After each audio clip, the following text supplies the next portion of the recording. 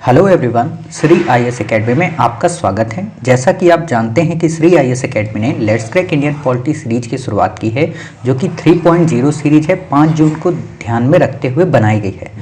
अपने इस पार्ट 4 में आज हम संसदीय व्यवस्था, संघीय व्यवस्था, केंद्र राज्य संबंध और अंतर्राज्यीय संबंध के टॉपिक को कवर करेंगे, जो कि प्रीलिम की दृष्टि से काफ़ी इंपॉर्टेंट है।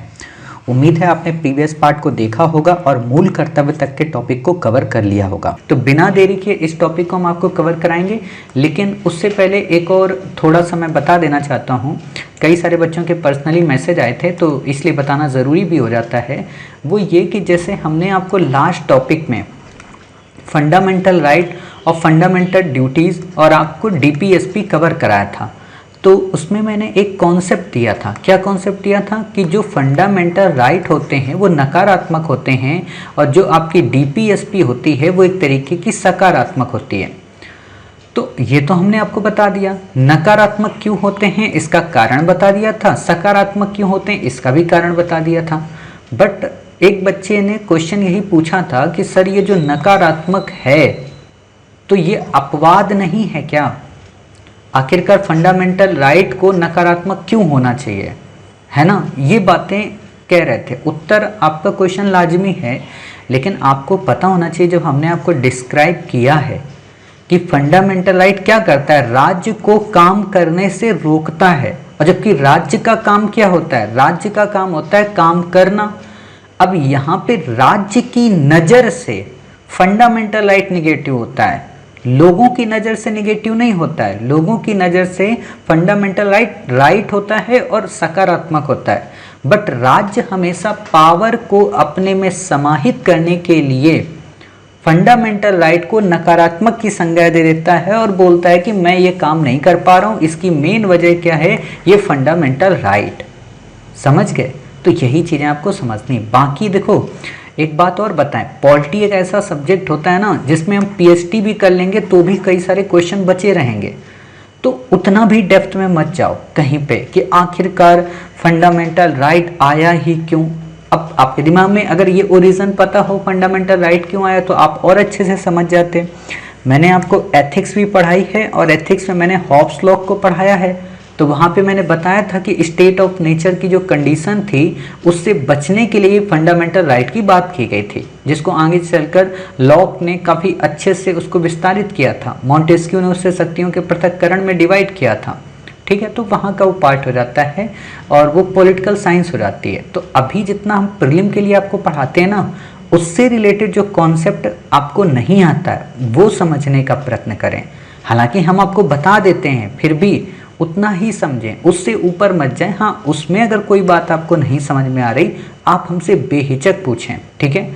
एक और बात कि जो हमने आपके लिए एक ग्रुप बनाया है, बॉयज़ का बॉयज़ के लिए और गर्ल का गर्ल के लिए, ठीक है, तो उस ग्रुप में मैं एक बात बता देना चाहता हूँ, वो जो ग्रुप बना है वो आपका ग्रुप है। ठीक है, आप उसमें कुछ भी पूछें, किसी भी संस्थान के बारे में कुछ भी पूछें, उससे हमारा कोई संबंध नहीं है।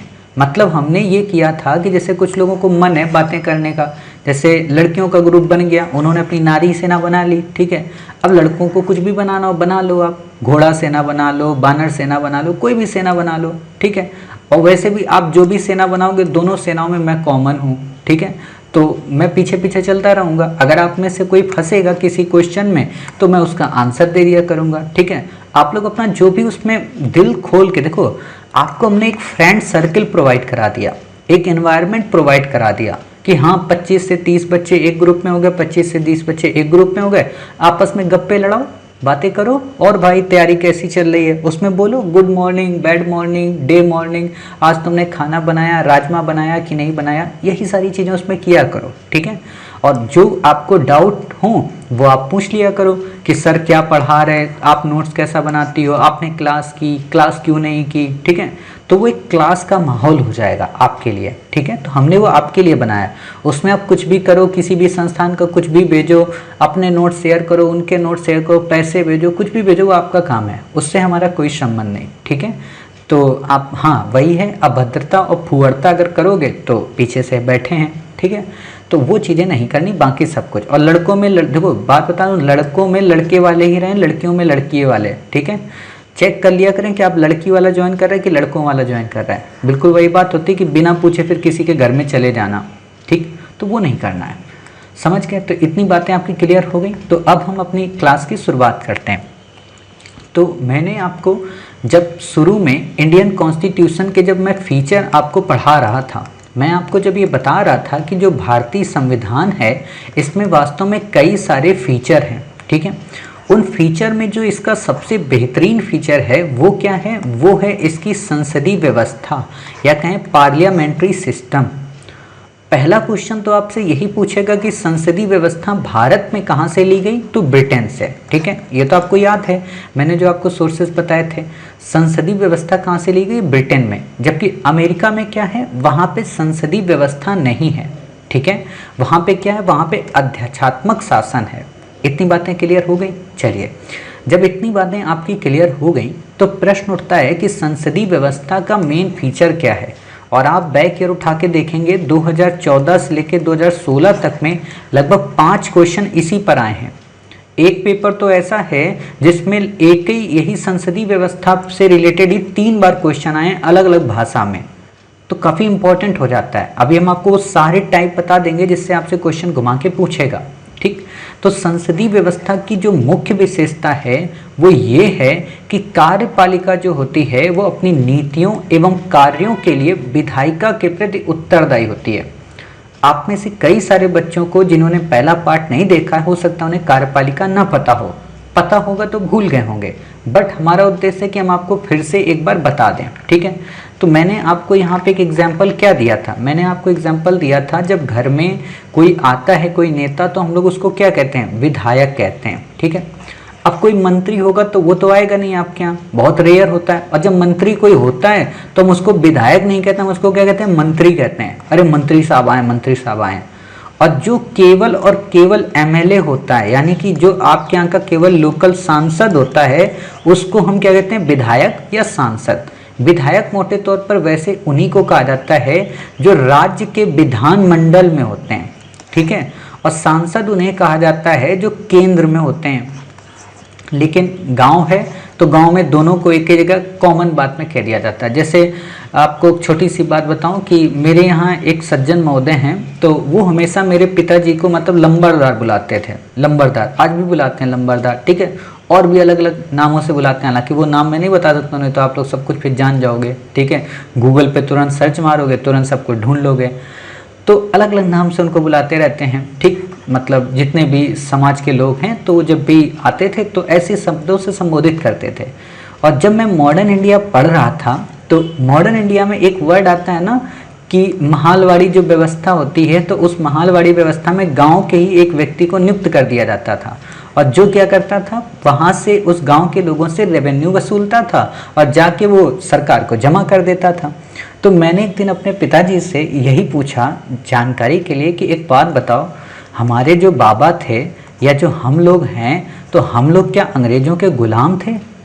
बोले ऐसा क्यों पूछ रहे हो? मैंने कहा मैं ऐसे पूछ रहा हूँ क्योंकि आपको ये आदमी आके लंबरदार बोलता है, ठीक है। और लंबरदार जो मैंने है वो पढ़ा है कि महालवाड़ी पद्धति में है, और महालवाड़ी पद्धति में वो रेवेन्यू कलेक्ट करता था।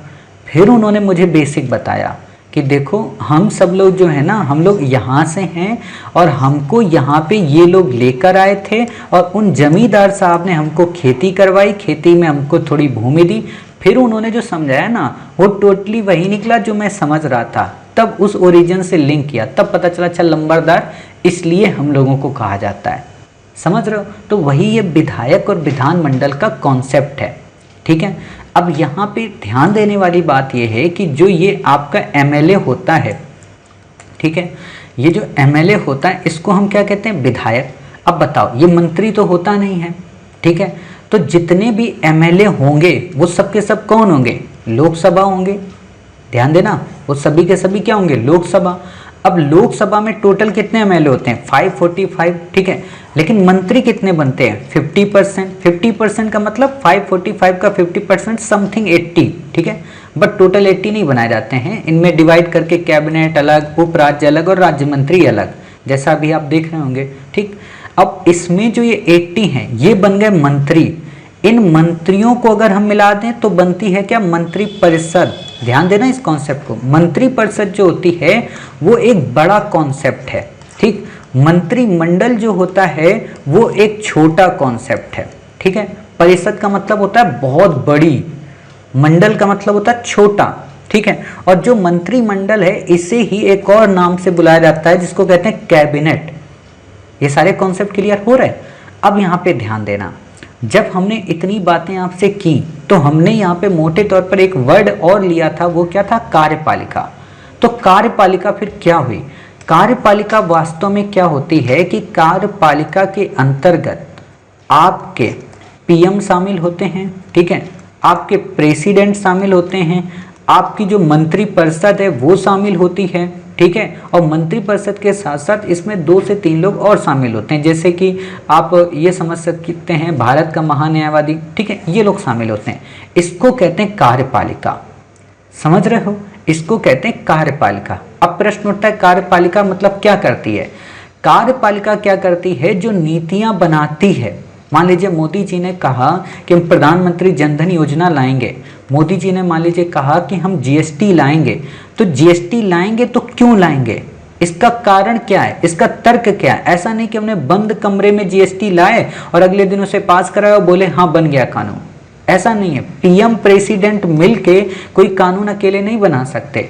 अगर उन्होंने कोई कानून बनाया है तो वो उस कानून को विधायिका के समक्ष प्रस्तुत करेंगे। अब बताओ विधायिका कौन, विधायिका वही जो विधायकों से बनी है, मतलब लोकसभा। लोकसभा का मतलब जो 545 सदस्य हैं वो, 545 सदस्य का मतलब जो भी विपक्ष के लोग हैं वो, विपक्ष के लोगों का मतलब जो सरकार में नहीं है वो, विपक्ष के लोगों का मतलब ये भी कि जो मंत्री नहीं है वो, ठीक है। इतने सब लोगों को बताना, देखो प्रभु हम इसलिए ला रहे हैं, इसी को कहते हैं कार्यपालिका विधायिका के प्रति उत्तरदायी होती है।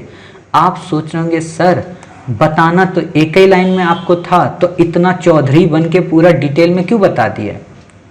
इसलिए बता दिए भाई साहब, जब यूपीएससी क्वेश्चन गढ़ती है ना और उसमें जो ऑप्शन गढ़ती है तो उसमें जानते हो क्या देती है आपको ऑप्शन में, कि कार्यपालिका विधायिका के प्रति उत्तरदायी होती है, ठीक है, विधायिका कार्यपालिका के प्रति उत्तरदायी होती है, कार्यपालिका संसद के प्रति उत्तरदायी होती है, ठीक है, विधायिका संसद के प्रति उत्तरदायी होती है।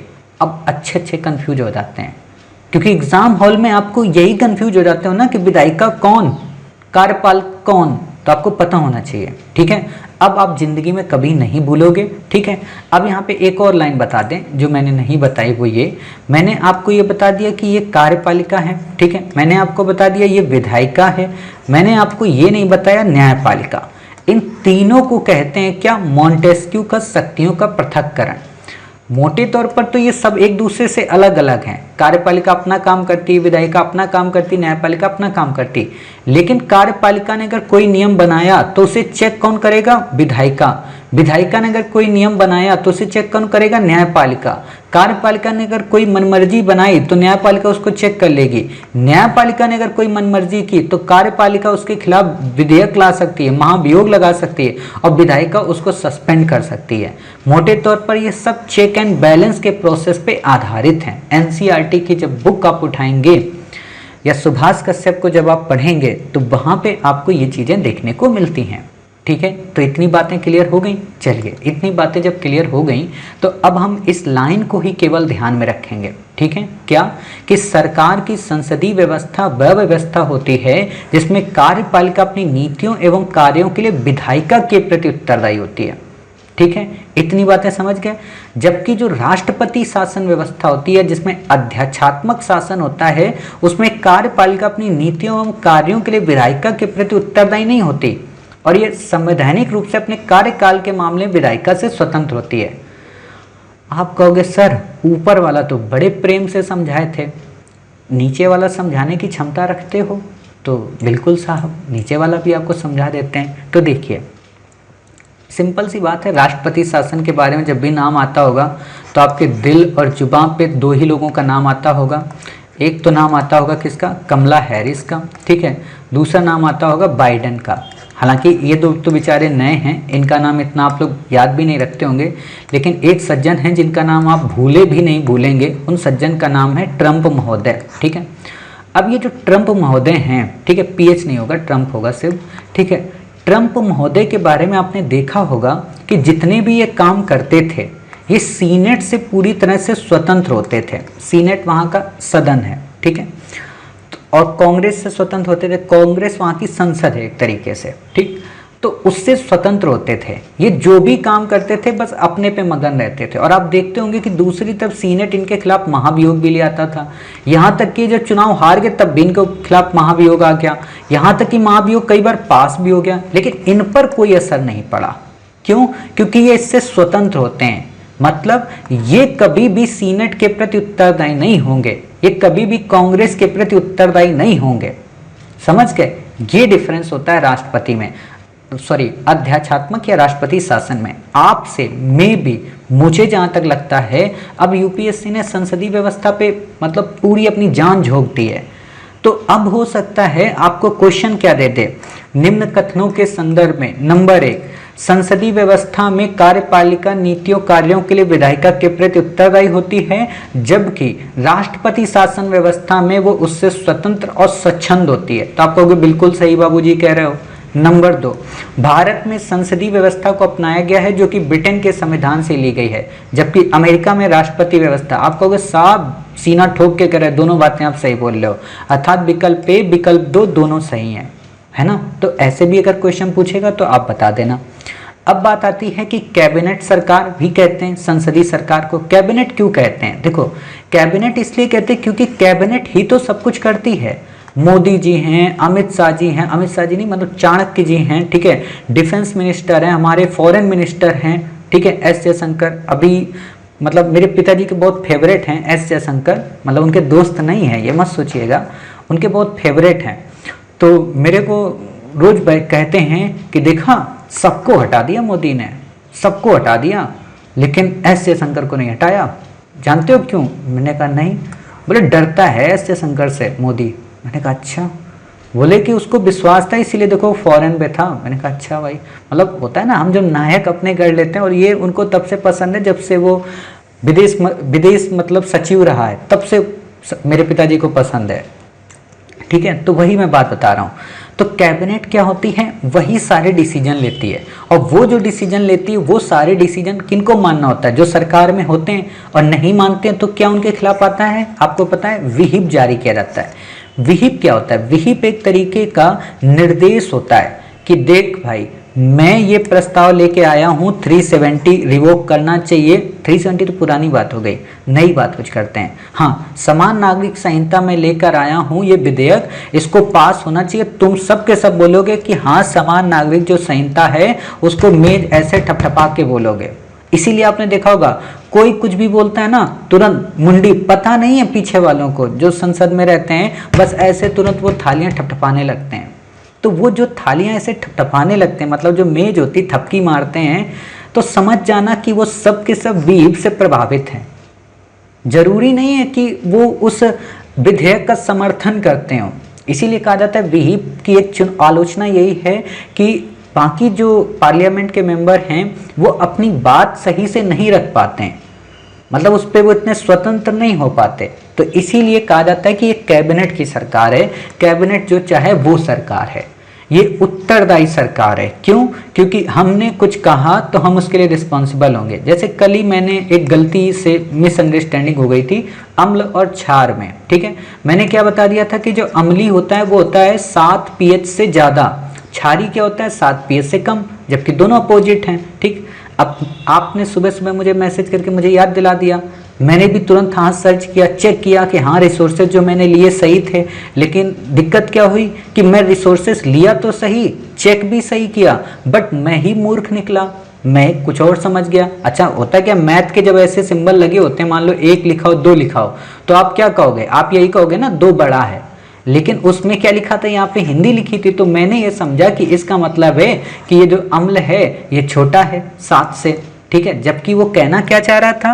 वो कहना ये चाह रहा था 7 जो है वास्तव में ये इससे छोटा है, ठीक है, ये कहना चाह रहा था। और मैं कुछ और समझ गया। तो मैंने कहा कि चलो भाई, हो सकता है अम्ली जो होगा वो 7 से बड़े में होगा और जो क्षारी होगा वो 7 से कम में होगा। मैंने ये समझ लिया था, तो गलती हो गई मुझसे।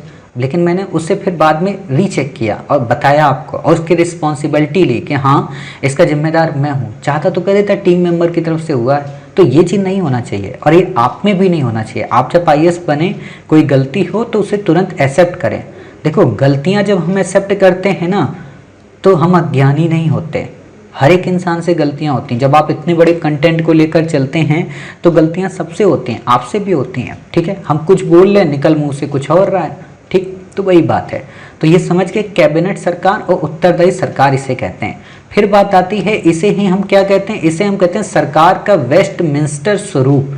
वेस्टमिंस्टर इसलिए कहते हैं क्योंकि जो ब्रिटेन की संसदीय व्यवस्था है ना, वो यहीं पे वेस्टमिंस्टर में, ठीक है, वहाँ की सिटी है। बाकी आपको यहाँ पे कुछ भी याद रखने की ज़रूरत नहीं है। एक बात और बताएं, जब आप लोग मॉडर्न इंडिया पढ़ते होंगे, बिपिन चंद्रा को वहाँ एक वर्ड मिलता है लंकाशायर, है ना। लंकाशायर वास्तव में मैनचेस्टर को कहते हैं। ठीक है, तो बिपिन चंद्रा ने वास्तव में अपनी पूरी बुक में लंकाशायर यूज किया है। लंकाशायर, बच्चे हमेशा पूछते रहते हैं सर लंकाशायर का क्या मतलब होता है। ठीक है, तो ये बातें आपको क्लियर हो गई। चलिए, इतनी बातें जब क्लियर हो गई तो आपसे क्वेश्चन ये पूछेगा कि वास्तव में ये संसदीय व्यवस्था कहाँ पे है? ब्रिटेन में है, जापान में है, कनाडा में है, भारत में। अर्थात केवल और केवल ब्रिटेन और इंडिया में नहीं है, जापान, कनाडा, भारत में भी है। ठीक है, दूसरी खास बात जो है राष्ट्रपति व्यवस्था, वो कहाँ है? अमेरिका, ब्राजील, रूस, श्रीलंका। ठीक है, अब यहाँ पे ध्यान रखना, आप देखना कि श्रीलंका का राष्ट्रपति जो होता है वो ज़्यादा ताकतवर होता है अपेक्षाकृत प्रधानमंत्री के, है ना। तो ये ध्यान रखना, कई बार होता है हम लोग कंफ्यूज रहते हैं कि अच्छा उनका जो प्रधानमंत्री भाई हमारे यहाँ प्रधानमंत्री है। जैसे ब्राजील का जो राष्ट्रपति है, ठीक है, वो काफ़ी ताकतवर होगा। रूस के जो राष्ट्रपति हैं वो ताकतवर है। अमेरिका का जो राष्ट्रपति वो ताकतवर है, वहाँ प्रधानमंत्री होते ही नहीं है, पहली बात। ठीक है, तो ये बातें आप समझ गए। फिर बात आती है, आइवर जेनिक्स ने क्या कहा? आपसे क्वेश्चन नहीं पूछेगा, केंद्र बिंदु कैबिनेट होता है। ठीक है, इतनी बातें क्लियर हो गई। अब यहाँ पे जब इतनी बातें हो गई, तब यहाँ पे ध्यान से देखना, एक लाइन यहाँ पे बोली गई है, क्या कि संसदीय सरकार को उत्तरदायी सरकार के रूप में भी जाना जाता है, क्योंकि इसमें कैबिनेट यानी कि वास्तविक जो कार्यकारिणी है संसद के प्रति उत्तरदायी होती है, और इनका कार्यकाल तब तक चलता है जब तक उन्हें संसद का विश्वास प्राप्त है। ठीक है, अब यहाँ पे ये जो वर्ड है ना, संसद का विश्वास, तो संसद का यहाँ विश्वास नहीं होता है। यहाँ पे किसका विश्वास होता है? राज्यसभा में अगर इनकी सीटें नहीं भी हैं तो कोई दिक्कत नहीं, बट सरकार तो रहती है ना, तो लोकसभा यहाँ पे ज़्यादा मान्य होता है।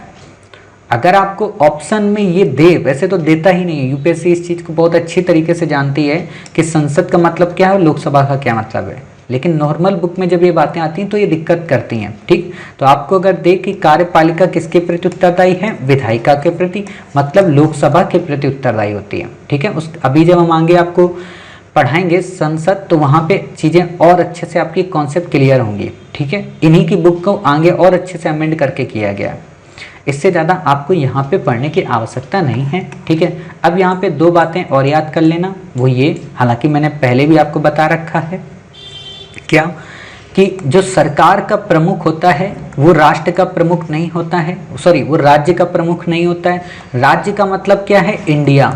ठीक है, पॉलिटी की भाषा में स्टेट को इंडिया के नाम से डिफाइन किया जाता है। ठीक, तो जो राज्य का प्रमुख होता है वो सरकार का प्रमुख नहीं होता। क्यों? राज्य का प्रमुख होता है राष्ट्रपति और सरकार का प्रमुख होता है प्रधानमंत्री।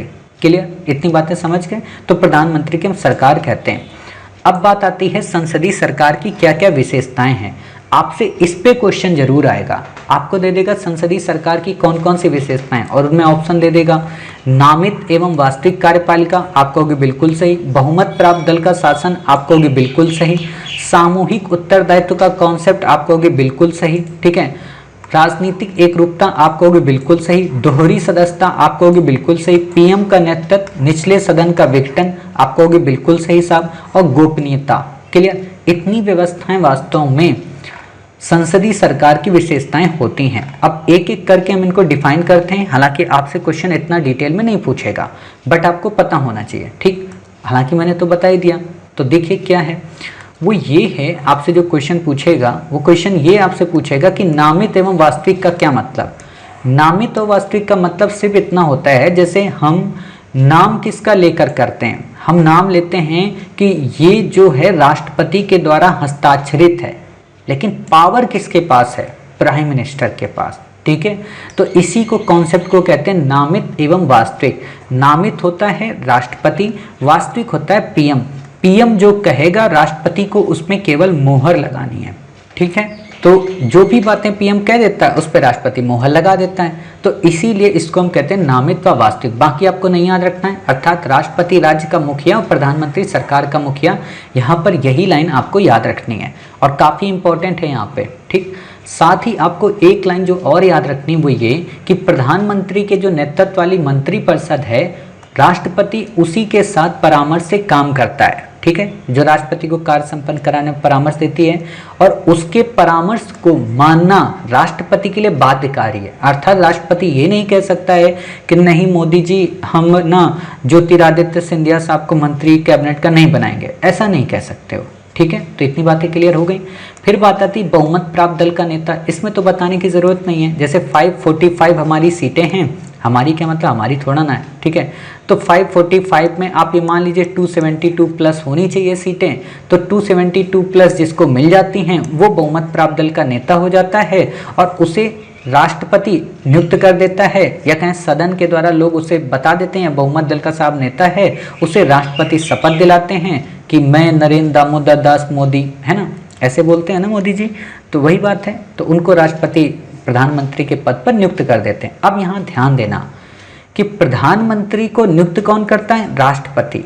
लेकिन अन्य मंत्रियों को जो नियुक्ति होती है वो प्रधानमंत्री के कहने पर होती है, यानी कि अन्य मंत्रियों की नियुक्ति राष्ट्रपति करने में स्वैच्छिक नहीं है। अगर ये वर्ड आपको डाल दे कि प्रधानमंत्री की नियुक्ति राष्ट्रपति करता है, नंबर 2 राष्ट्रपति अन्य मंत्रियों की नियुक्ति स्वैच्छिक रूप से करता है, तो गलत हो जाएगा। या अपने विवेकाधिकार का प्रयोग करते हुए करता है तो भी गलत हो जाएगा। वो केवल उन्हीं के करता है जिसको प्राइम मिनिस्टर परामर्श देते हैं कि हाँ आपको इन्हीं को बनाना है। ठीक है, फिर बात आती है सामूहिक उत्तरदायित्व। सामूहिक उत्तरदायित्व का क्या मतलब हुआ? इसका मोटे तौर पर यही मतलब ये हुआ कि गलती कोई भी एक करे, जिम्मेदारी सबकी होगी। डिपार्टमेंट कोई भी एक फेल बने, जिम्मेदारी सबकी होगी। सबको अपनी जवाबदेही देनी है। कहाँ देनी है? संसद के प्रति सामूहिक रूप से आप सबको उत्तर देना है। और देखो यहाँ पे लाइन दिया विशेषकर लोकसभा के प्रति, ध्यान देना है इस बात को।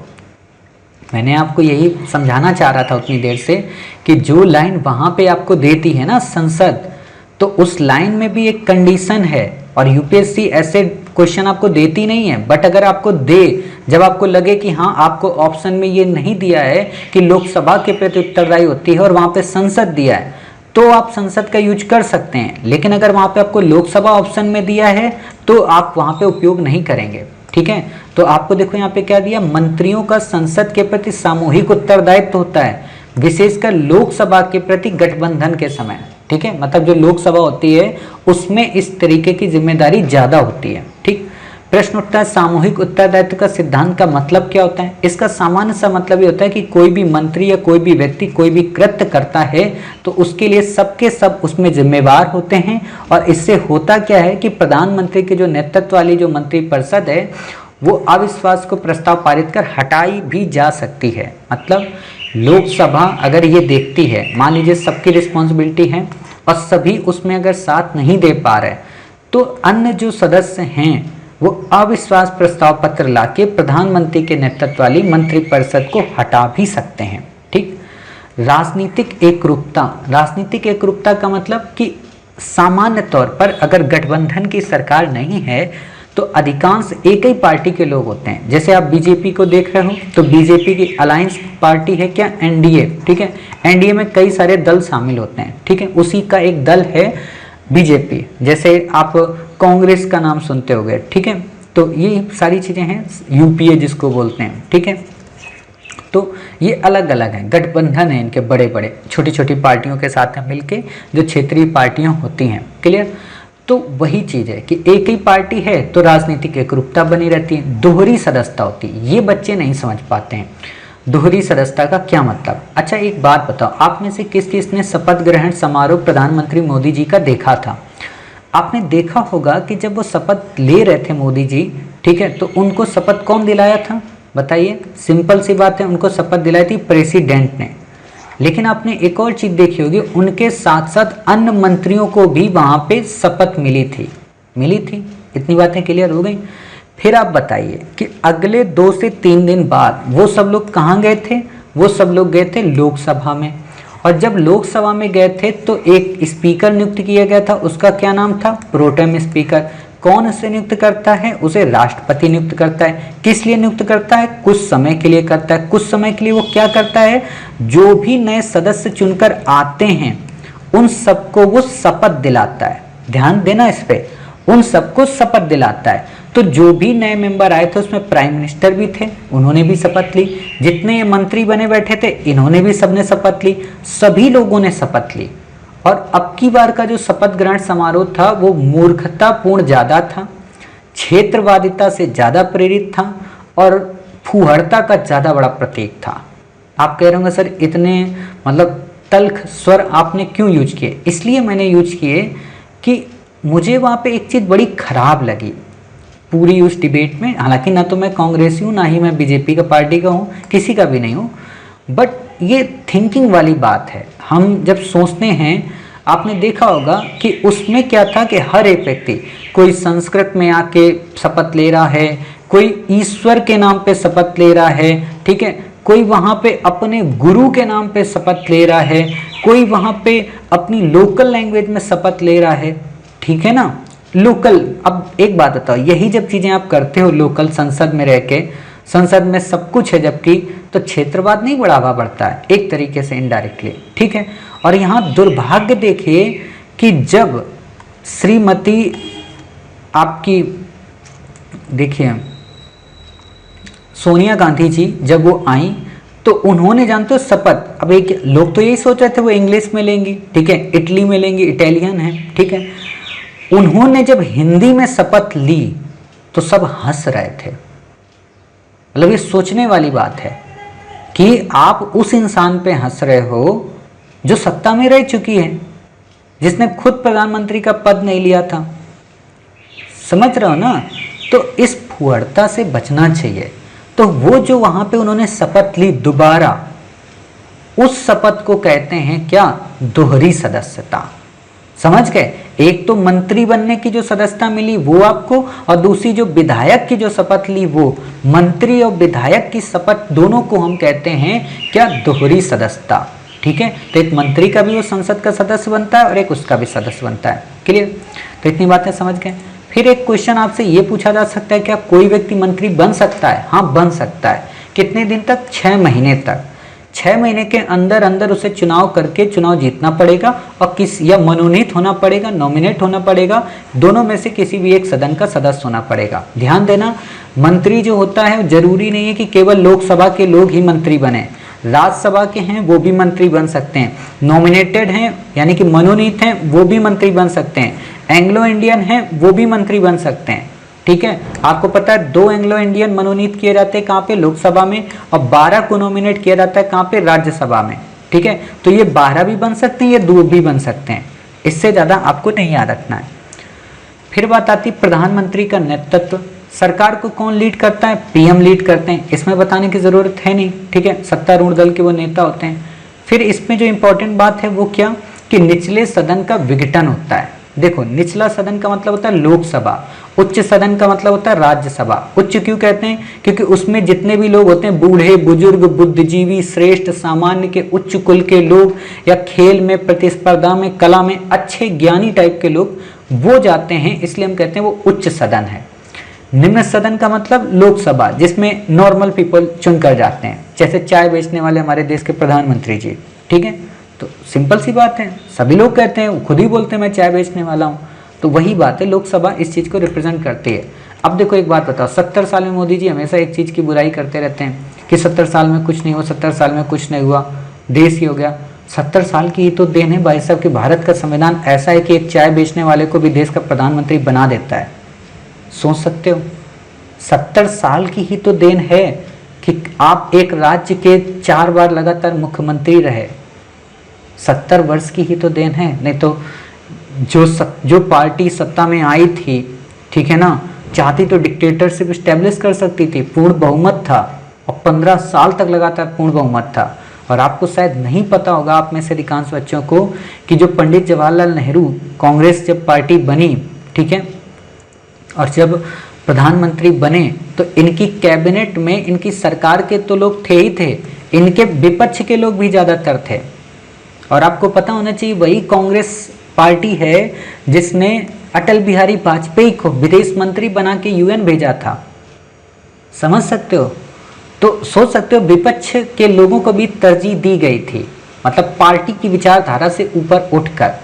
आज क्या है वो बातें अलग है, लेकिन क्या आज आप ऐसा कर सकते हो? क्या 70 सालों में ऐसा नहीं हुआ है ना? रामधारी सिंह दिनकर, सोच सकते हो, खर मतलब विरोधी पंडित जवाहरलाल नेहरू साहब के, उनको राज्यसभा में मतलब बुलाया जाता था कि ठीक है आप बोलिए, सरकार के बारे में आलोचना करिए। उन्होंने जितनी भी ये कविताएं आप सुनते हो ना, वो अधिकांशतः सब इसी चीज़ से लिखी गई हैं। रश्मि रथी वगैरह जितनी भी कविताएं वो इसी सरकार पे कटाक्ष करते हुए ही लिखी गई हैं कि अर्जुन हमें नहीं चाहिए, मतलब हमें गांडीवधारी अर्जुन चाहिए। समझ गए? वही बातें हैं, तो ये समझने वाली बातें होती हैं। तो निचले सदन का विघटन हो जाता है लोकसभा का, राज्यसभा वैसी ही बनी रहती है, राज्यसभा का कभी भी विघटन नहीं होता है। आपको यहाँ पे क्वेश्चन क्या दे देता है कभी कभी कि संसद का विघटन हो जाता है, संसद विघटित हो जाती है, तो जहाँ संसद वर्ड लिखे वो एलिमिनेट कर दिया करो। ठीक है, इतनी बातें क्लियर हो गई। अब बात आती गोपनीयता के शपथ। गोपनीयता का मतलब वही प्राइवेसी वाली, कि मेरी नज़र में जो भी काम आएंगे, जो भी नीति आएंगी, उनको मैं पब्लिकली नहीं करूँगा। सिंपल सी बात है, हमारे देश की सिक्योरिटी से रिलेटेड काफ़ी सारी बातें होती हैं। ऐसा थोड़ा ना कि प्रधानमंत्री जी जब पीएम नहीं बने तो इमरान खान को फ़ोन मिलाया कि देखो हमारे यहाँ इतने इतने एटम बम्स हैं, यहाँ पे हैं, आके तुम बम फोड़ दो। ऐसा नहीं कर सकते, उसको बोलते हैं गोपनीयता की शपथ। क्लियर? चलिए, फिर बात आती है राष्ट्रपति शासन की विशेषता। आपसे क्वेश्चन तो नहीं पूछेगा, बट मुझे ऐसा लगता है कि तुलना करने में आपसे मे भी क्वेश्चन पूछ ले। तो जब तुलना करने में आपसे क्वेश्चन पूछेगा तो आपको पता होना चाहिए, है ना। और एक बात और बताएं आपको, जो मैंने पहले बताई थी, वो क्या, कि जो संसदीय व्यवस्था है वो सहयोग और समन्वय पर आधारित है। अध्यक्षीय या जो राष्ट्रपति व्यवस्था है वो शक्तियों के पृथक्करण पर आधारित है। तो इस पे भी आपसे क्वेश्चन पूछा जा सकता है, यहाँ पे आपको घुमाया जा सकता है। ठीक है, तो राष्ट्रपति क्या होता है? राज्य व सरकार दोनों का मुखिया होता है, मतलब राष्ट्रपति प्रणाली में। ठीक, राष्ट्रपति को निर्वाचन के तहत 4 वर्ष के निश्चित कार्यकाल मिलता है, मतलब उसे हटाया नहीं जा सकता किसी भी हाल में, चाहे जैसा हो। ठीक है, राष्ट्रपति की कैबिनेट या छोटी इकाई किचन कैबिनेट की सहायता से शासन चलाता है। किचन कैबिनेट का मतलब, जैसे आपने देखा होगा कि डोनाल्ड ट्रंप की बेटी इवांका ट्रंप और उनके दामाद वो भी उसमें थे। ठीक है ना, तो उसको बोलते हैं किचन कैबिनेट, छोटी सी। हालांकि सब जगह होती है, बट वही होता है ना कि जब आप आईएएस भी बन जाएंगे तो 1-2 आप अपने ऐसे दोस्तों को रखेंगे साथ में, अपनी फैमिली के मेंबर को हो सकता है किसी को रखें, जो आपको अच्छे से हर एक बुरी परिस्थिति से बाहर निकालने का काम करता है। ठीक है, खास बात क्या है कि राष्ट्रपति हाउस ऑफ रिप्रेजेंटेटिव का विघटन नहीं कर सकता। मतलब जो राष्ट्रपति का, जैसे अपने यहाँ लोकसभा है ना, तो लोकसभा का विघटन किया जा सकता है, बट राष्ट्रपति वहां पे अपने निचले सदन का विघटन नहीं कर सकता। कांग्रेस का जो निचला सदन होता है, वहां की संसद को कांग्रेस कहते हैं, अपने यहाँ की संसद को क्या कहते हैं? संसद कहते हैं। ठीक है, अपने यहाँ कांग्रेस पार्टी बनी थी। ठीक, कांग्रेस का मतलब होता है लोगों का समूह, लोगों का दल, लोगों का गट्ठा, ये समझिए। ठीक, तो इतनी बातें समझ गए। अब बात आती है संसदीय व्यवस्था के गुण क्या हैं। विधायिका व कार्यपालिका के मध्य सामंजस्य होता है। समझ गए? सामंजस्य का मतलब कि कार्यपालिका विधायिका का ही एक अंग होता है। अब क्लियर हो रहा है? मैंने जो बताया 545 टोटल मेंबर, उसमें से कुछ मेंबर कार्यपालिका में, तो वही बात है कि विधायिका का अंग है और दोनों अपने कार्य में स्वतंत्र हैं। फिर भी इन दोनों के अंगों के बीच बहुत कम विवाद के अवसर उत्पन्न होते हैं। क्यों? क्योंकि वे सहयोग व समन्वय पर आधारित होते हैं। उत्तरदायी सरकार का मतलब क्या है कि संसदीय व्यवस्था में उत्तरदायी सरकार का गठन होता है, अर्थात कोई भी मंत्री अपने मूल एवं कार्याधिकार कार्यों के लिए क्या होगा? संसद के प्रति उत्तरदायी होगा।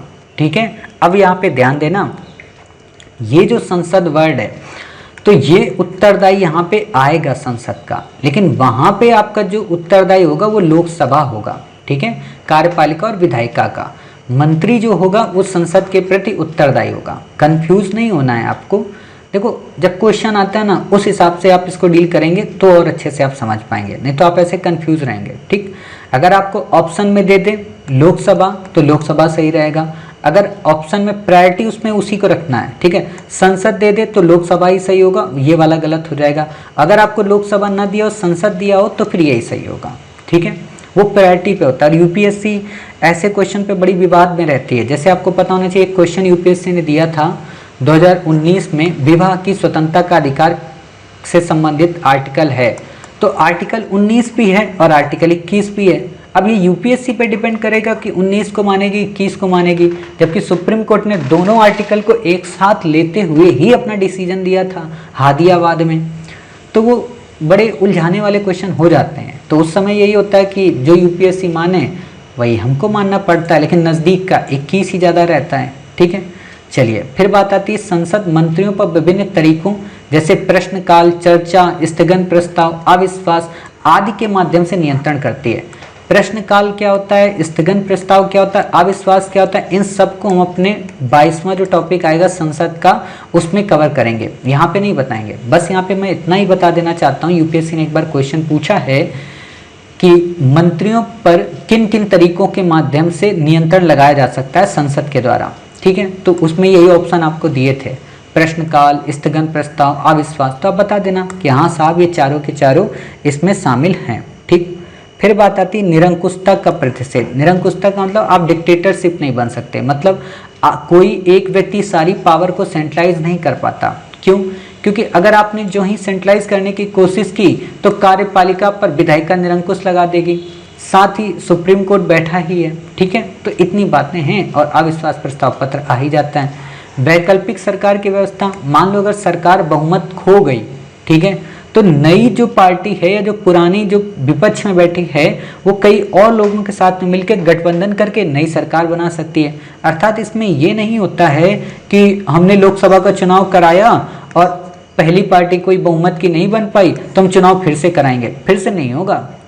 उसमें एक तरीके से गठबंधन होगा और गठबंधन से सरकार बनेगी। ठीक है, अब कुछ बच्चे ऐसे क्वेश्चन पूछेंगे कि सर मान लो दोनों पार्टियां न बनाना चाह रही हो, फुल मेजोरिटी से आना चाह रही हो, तो भाई ऐसा नहीं होता है। क्यों नहीं होगा?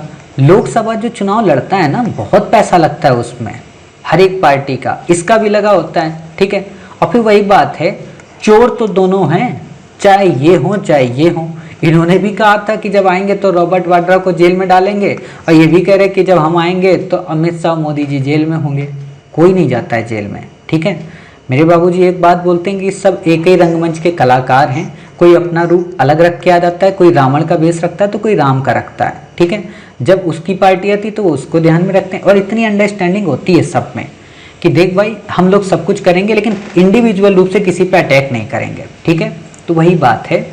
तो ये लोग ऐसा क्यों करेंगे कि हम लोग दोनों लोग नहीं बनाते हैं, और इस बात की भी क्या गारंटी कि दोबारा जब आओगे तो सबको पूर्ण बहुमत ही मिलेगा।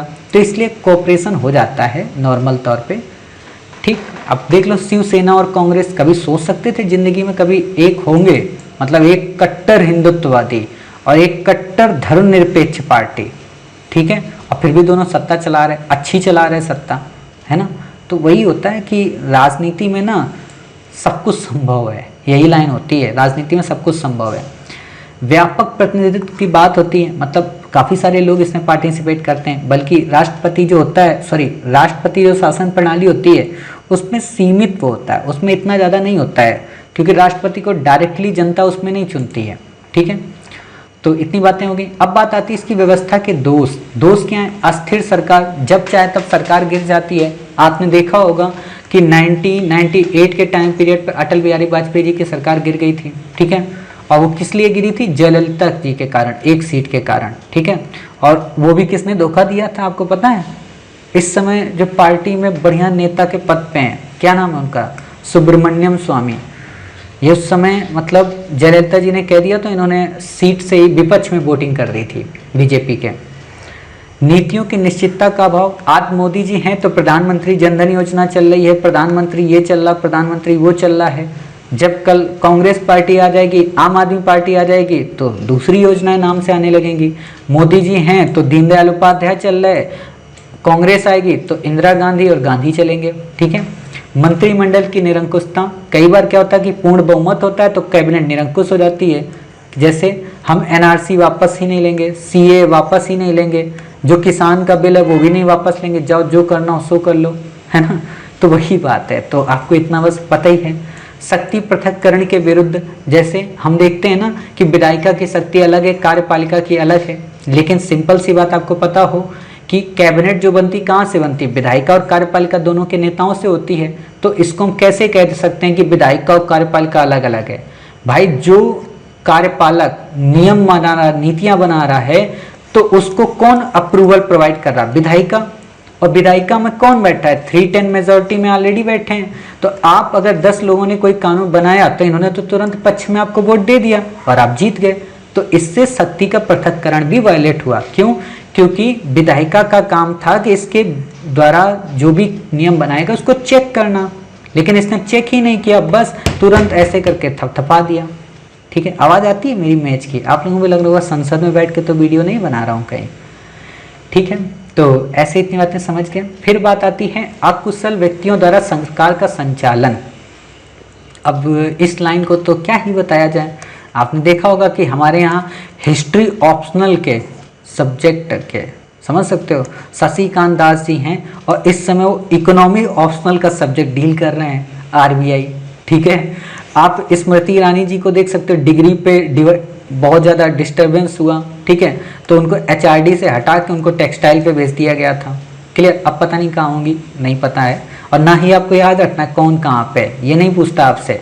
ठीक, आप देखो टैलेंटेड पर्सन, ठीक है, पोखरियाल साहब को हटा दिया गया, समझ रहे हो, पोखरियाल साहब को हटा दिया गया और भी पर्सन को लाया गया वहाँ पे। तो वही बातें होती हैं कि कोई भी व्यक्ति आ जाता है, किसी को भी हम चाणक्य बना देते हैं, किसी को भी कुछ बना देते हैं, समझ रहे हैं। अब बात आती है संसदीय व्यवस्था की स्वीकारता के कारण। आपसे क्वेश्चन तो नहीं पूछेगा, बट पता होना चाहिए कि व्यवस्था से निकटता थी, मतलब इतने वर्षों की हमारी जो औपनिवेशिक दास्ता थी उसका ही एक परिणाम था। ठीक है, उत्तरदायित्व को अधिक वरीयता दी जाने की बात थी यहाँ पे। भारतीय समाज इसमें अभ्यस्त हो चुका था। क्यों? क्योंकि इसमें वर्गों का प्रतिनिधित्व ज़्यादा था, सभी वर्गों का। अब यहाँ पे मैं एक छोटी सी लाइन आपको बताना चाहता हूँ, वो ये कि आप में से जिन बच्चों के पास 5वां संस्करण हो ना इसी का, एम लक्ष्मीकांत का, तो वो यहाँ पे चेंज कर लेना। यहाँ पे उनका ये गलत दिया हुआ, इतना गलत क्या, ये सब कुछ सही दिया हुआ है, ठीक, लेकिन ये जो गुण लिखा है ना और ये जो दोष लिखा है, वास्तव में यहाँ क्या हुआ है कि गुण और दोष अलग अलग वहाँ पे उन्होंने कर दिया। तो उस चीज़ को आप समझना, ठीक है, उसको उन्होंने गलत दिया है। इसको देख लेते हैं, खैर इसमें क्या दिया है क्या नहीं दिया है। उसमें जो इंडेक्स बनी है वो गलत बनाई है। उन्होंने क्या किया, इसको भी गुण कर दिया, इसको भी गुण कर दिया, यहाँ दोष और यहाँ दोष, तो ये गलत हो गए हैं, क्रम में उन्होंने लगाना मिस प्रिंटिंग हो गई थी। ठीक, तो अब आपसे मोटे तौर पर अगर मैं कहूँ, कुछ भी याद हो ना याद हो, केवल आपको अगर यही इंडेक्स याद है तो आप अच्छे से कर सकते हैं कि संसदीय व्यवस्था के क्या फीचर हैं, राष्ट्रपति शासन के क्या फीचर हैं, इसके क्या फीचर हैं ये देख लो। संसदीय व्यवस्था दोहरी कार्यकारिणी की बात करता है। दोहरी कार्यकारिणी का मतलब क्या होता है, वास्तविक और नाम मात्र की, ठीक है। बहुमत के दल का नेता शासन करता है, सामूहिक उत्तरदायित्व होता है, ठीक है, किसके प्रति, लोकसभा के प्रति या संसद के प्रति। ठीक, राजनीतिक एक रूपता होती है, एक ही पार्टी की सरकार होती है। दोहरी सदस्यता होती है, मतलब एक जो राष्ट्रपति के सामने लेते हैं और एक जो प्रोटेम स्पीकर दिलाता है। पीएम सरकार को नेतृत्व देते हैं। निचले सदन का विघटन होता है और शक्तियों का पृथक्करण होता है।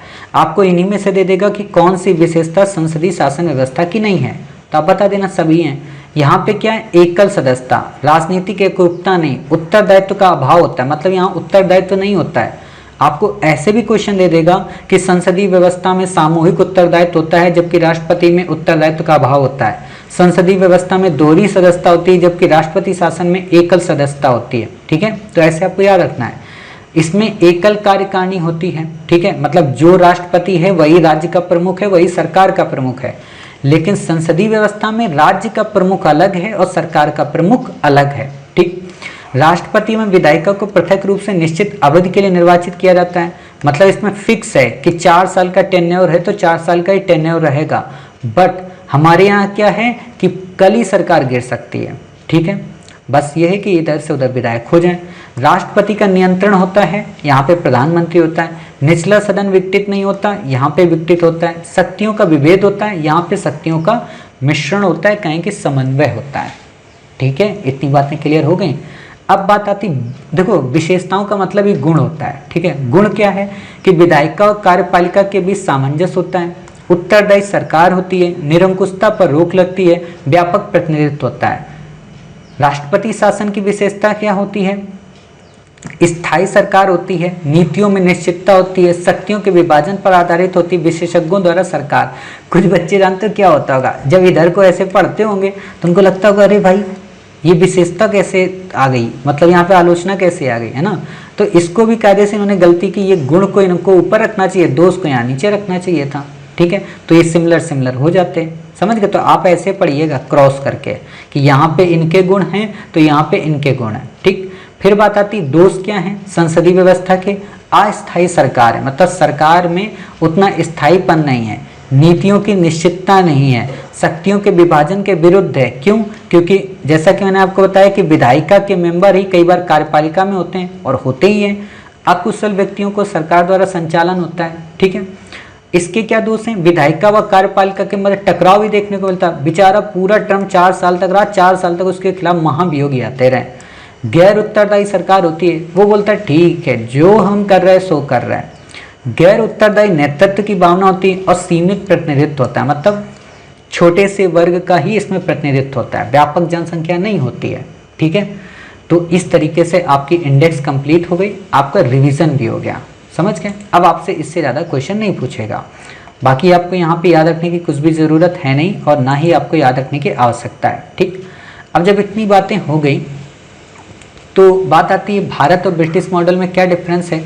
तो वही है नॉर्मल सा, बस आपको एक याद रखना है, वो ये कि ब्रिटिश जो व्यवस्था है उसमें संसद संप्रभु है और जबकि भारत में जो है वो संसद संप्रभु ना होकर क्या है, संविधान संप्रभु है, या कहें कि भारत के लोक संप्रभु हैं। ठीक है, शक्तियों पर प्रतिबंध है, लिखित संविधान है, संघीय व्यवस्था है, न्यायिक समीक्षा और मूल अधिकार है, जबकि ब्रिटेन के संविधान में ये फीचर नहीं थे। क्लियर। ब्रिटिश कैबिनेट व्यवस्था में छाया कैबिनेट या कहें कि शैडो कैबिनेट होती थी, अर्थात इसे विपक्षी पार्टी द्वारा गठित किया जाता था ताकि जब सत्तारूढ़ दल के साथ संतुलन बना रहे और अपने सदस्यों को मंत्रालयों कार्य करने के तैयार किया जा सके। हालांकि भारत में ऐसी कोई संस्था नहीं है शैडो कैबिनेट। ठीक है, किचन कैबिनेट माना जाता है लेकिन शैडो कैबिनेट हमारे यहाँ नहीं है। ठीक है, तो इतनी बातें आपको याद रखनी, बाकी आपको यहाँ पे याद रखने की ज़रूरत नहीं है। अब बात आती है हमारी संघीय सरकार की। ठीक है, देखो संसदीय व्यवस्था अलग चीज है, संघीय सरकार अलग चीज है। ठीक है, संघीय का मतलब एकात्मक के साथ, मैंने आपको फीचर पढ़ाए थे ना, तो वही फीचर अब आपको यहाँ पे फिर से एक बार रिवाइज करना है। क्या है कि 2 सरकारें होती हैं, एक होती एकल या एकात्मक सरकार, दूसरी होती संघीय सरकार। एकल एकात्मक का क्या मतलब होता है, मैंने बताया था कि पावर जिसमें एक ही में सेंट्रिक रहे, यानी कि उन पावर्स का केंद्रीकरण हो, तो वो कहलाती केंद्र सरकार। ठीक है, और क्षेत्रीय सरकार। संघीय में क्या होता है, सब में पावर डिस्ट्रीब्यूट होती है, यानी कि केंद्र सरकार की राज्य सरकारों में विभाजित होती हैं। ठीक है, सब आपस में बटे हुए होते हैं। जैसे हमारे यहाँ आपको पता है कि इंटरनेशनल रिलेशन हो, ठीक है, डिजास्टर मैनेजमेंट हो, ठीक है, जो हमारे यहाँ जितना भी डेवलपमेंट है कंट्री के टेरिटरी, सुरक्षा वगैरह, बॉर्डर फोर्सेस वगैरह, वो किसकी रिस्पॉन्सिबिलिटी है, सेंटर की रिस्पॉन्सिबिलिटी है।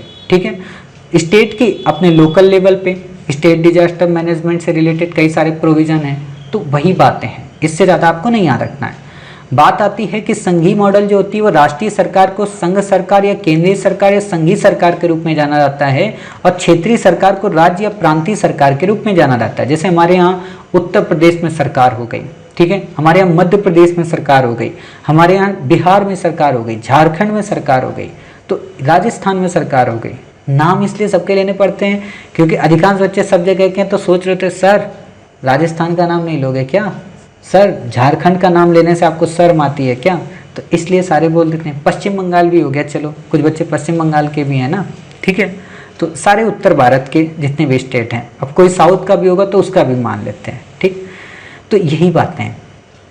संघ की इकाइयां जो होती हैं उनको अलग अलग नाम से जाना जाता है। जैसे इंडिया में आप हमेशा सुनते होंगे, ठीक है, कि हमारे यहाँ क्या है, संविधान है, ठीक है, स्टेट में डिवाइड है। अमेरिका में भी क्या है, स्टेट में डिवाइड है, राज्य हैं। स्विट्जरलैंड में कैंटोन में डिवाइड है। कनाडा में प्रांत हैं और गणतंत्र जो रूस है वहाँ पे गणतंत्र की व्यवस्था है, ठीक है, कि ये डेमोक्रेट्स हैं, नंबर 1, नंबर 2, नंबर 3। हमारे यहाँ क्या कहते हैं, उस राज्य से चुन के आया है, ठीक। तो वही बातें हैं, बाकी आपको यहाँ पे याद रखने की कोई भी ज़रूरत नहीं है, आपसे क्वेश्चन यहाँ पे नहीं पूछेगा।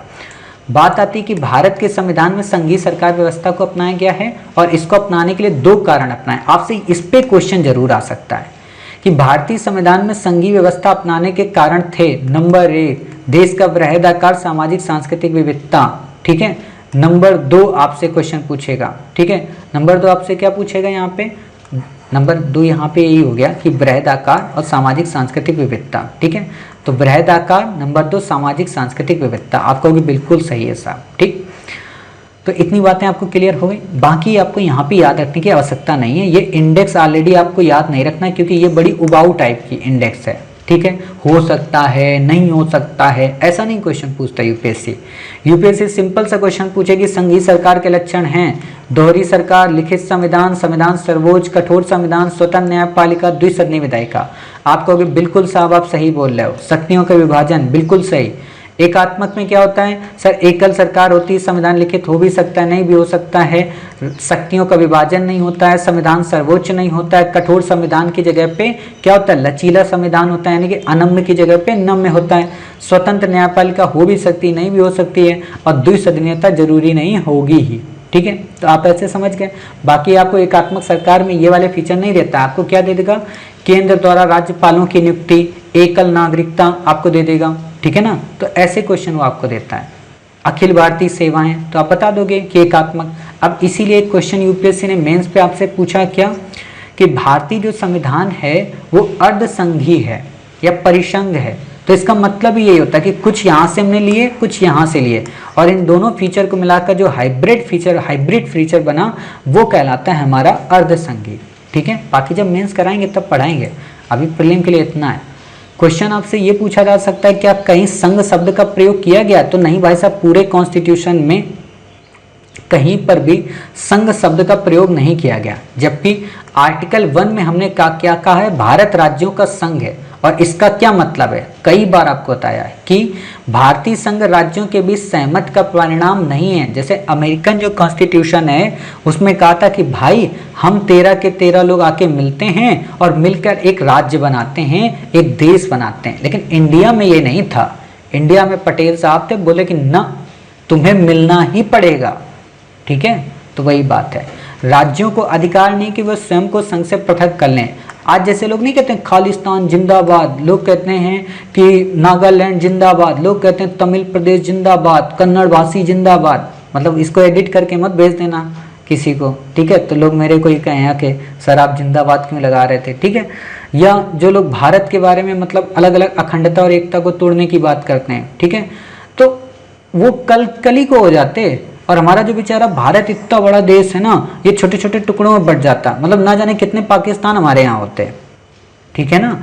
तो वही चीज़ है कि ऑलरेडी सेंटर ने कह दिया था कि देख भाई एक बार शामिल हो रहे हो जाओ, इसके बाद आपको एग्जिट करने का ऑप्शन नहीं है हमारे यहाँ, अगर करोगे तो कार्यवाही करके हम आपको अपने में शामिल कर लेंगे। और किया भी हमने, जूनागढ़ को जनमत से किया, हैदराबाद को सैन्य कार्रवाई से किया, जम्मू कश्मीर को हमने इंस्ट्रूमेंट ऑफ एक्सेशन के अंतर्गत किया, ठीक है। तो इतनी बातें समझ गए।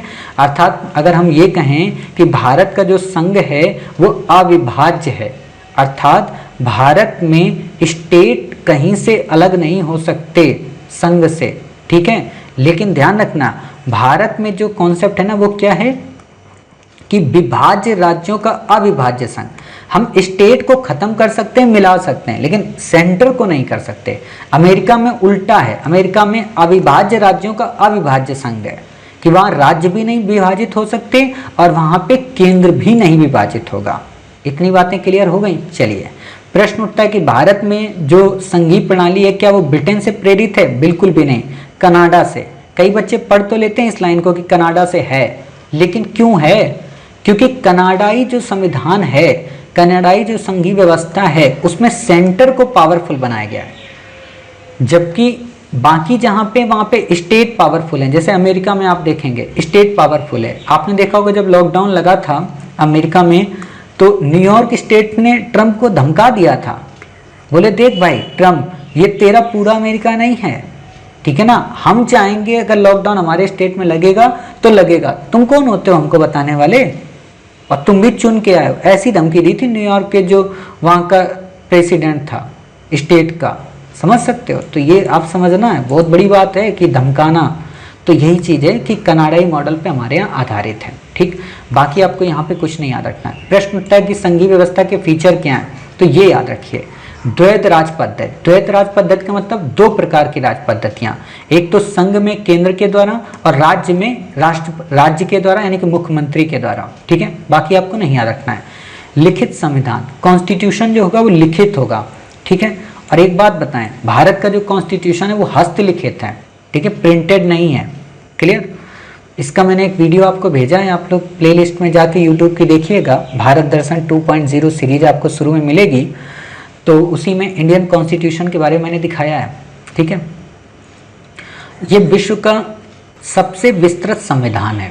इसमें एक प्रस्तावना, 395 अनुच्छेद, 22 भाग, 8 अनुसूचियां थी, ठीक है। मतलब मोटे तौर पर अगर आपसे क्वेश्चन पूछे कि मूल संविधान में कितनी अनुसूचियां थी, 8, प्रस्तावना थी, अनुच्छेद थे, अरे भाई ये भी कोई बात है, अनुच्छेद ही नहीं होंगे, अनुच्छेद थे, 22 भाग थे, ठीक है। आज भी भाग 22 ही हैं, लेकिन उनको सब पार्ट में कर दिया गया तो वो 25 लगते हैं, ठीक है। 465 के आसपास अनुच्छेद हैं, 12 अनुसूचियां। आपसे ये तो नहीं पूछेगा कितने अनुच्छेद हैं कितने भाग हैं, 12 अनुसूचियां जरूर पूछेगा, ठीक है। जिसमें 9वीं अनुसूची, 10वीं, 52वें संविधान संशोधन, 11वीं जो आपकी अनुसूची है वो किससे, 73वें, 12वीं जो है 74वें, इसमें पंचायत है, इसमें नगर पालिका है, पंचायतों में 29 सब्जेक्ट हैं, नगर जो पालिका है उसमें 18 सब्जेक्ट हैं, दल बदल, बाकी आपको डिटेल में पढ़ाएंगे। इतनी बातें आप समझ गए। चलिए फिर बात आती है शक्तियों का विभाजन। दोनों में शक्तियों का विभाजन है। आपको पता है 7वीं अनुसूची में केंद्र, राज्य और संवर्ती तीनों के विषयों की बात की है। संवर्ती का मतलब ये होता है कि केंद्र भी बना सकता है और उस पर राज्य भी बना सकता है, ठीक है। जैसे अभी वन, जो अभी हम आपको करंट अफेयर्स में पढ़ा रहे थे ना, जो हमारे यहाँ के फॉरेस्ट हैं उनको संवर्ती सूची में डाला गया है। क्यों? क्योंकि केंद्र भी कानून बना ले और उस पर राज्य भी कानून बना ले। क्लियर इतनी बातें। बात आती है संविधान की सर्वोच्चता। संविधान की सर्वोच्चता का मतलब कि बाबूजी तुम कुछ भी हो, तुम मोदी जी हो चाहे अमित शाह हो, सब के सब लोग संविधान के नीचे ही शासित हो गए। तुम अंबानी हो या अडानी हो, तुम श्री IAS एकेडमी हो या कलेक्टर हो, कुछ भी हो, कॉन्स्टिट्यूशन से आप ऊपर नहीं हो। कॉन्स्टिट्यूशन से ऊपर नहीं हो का मतलब क्या हुआ कि आप आम नागरिकों से ऊपर नहीं हो। समझ रहे हो? इसीलिए हम क्या बोलते हैं, मोदी जी हमारे क्या बोलते हैं कि मैं आप सभी देशवासियों को सत सत नमन करता हूं, मैं 125 करोड़ देशवासियों का प्रतिनिधि हूं।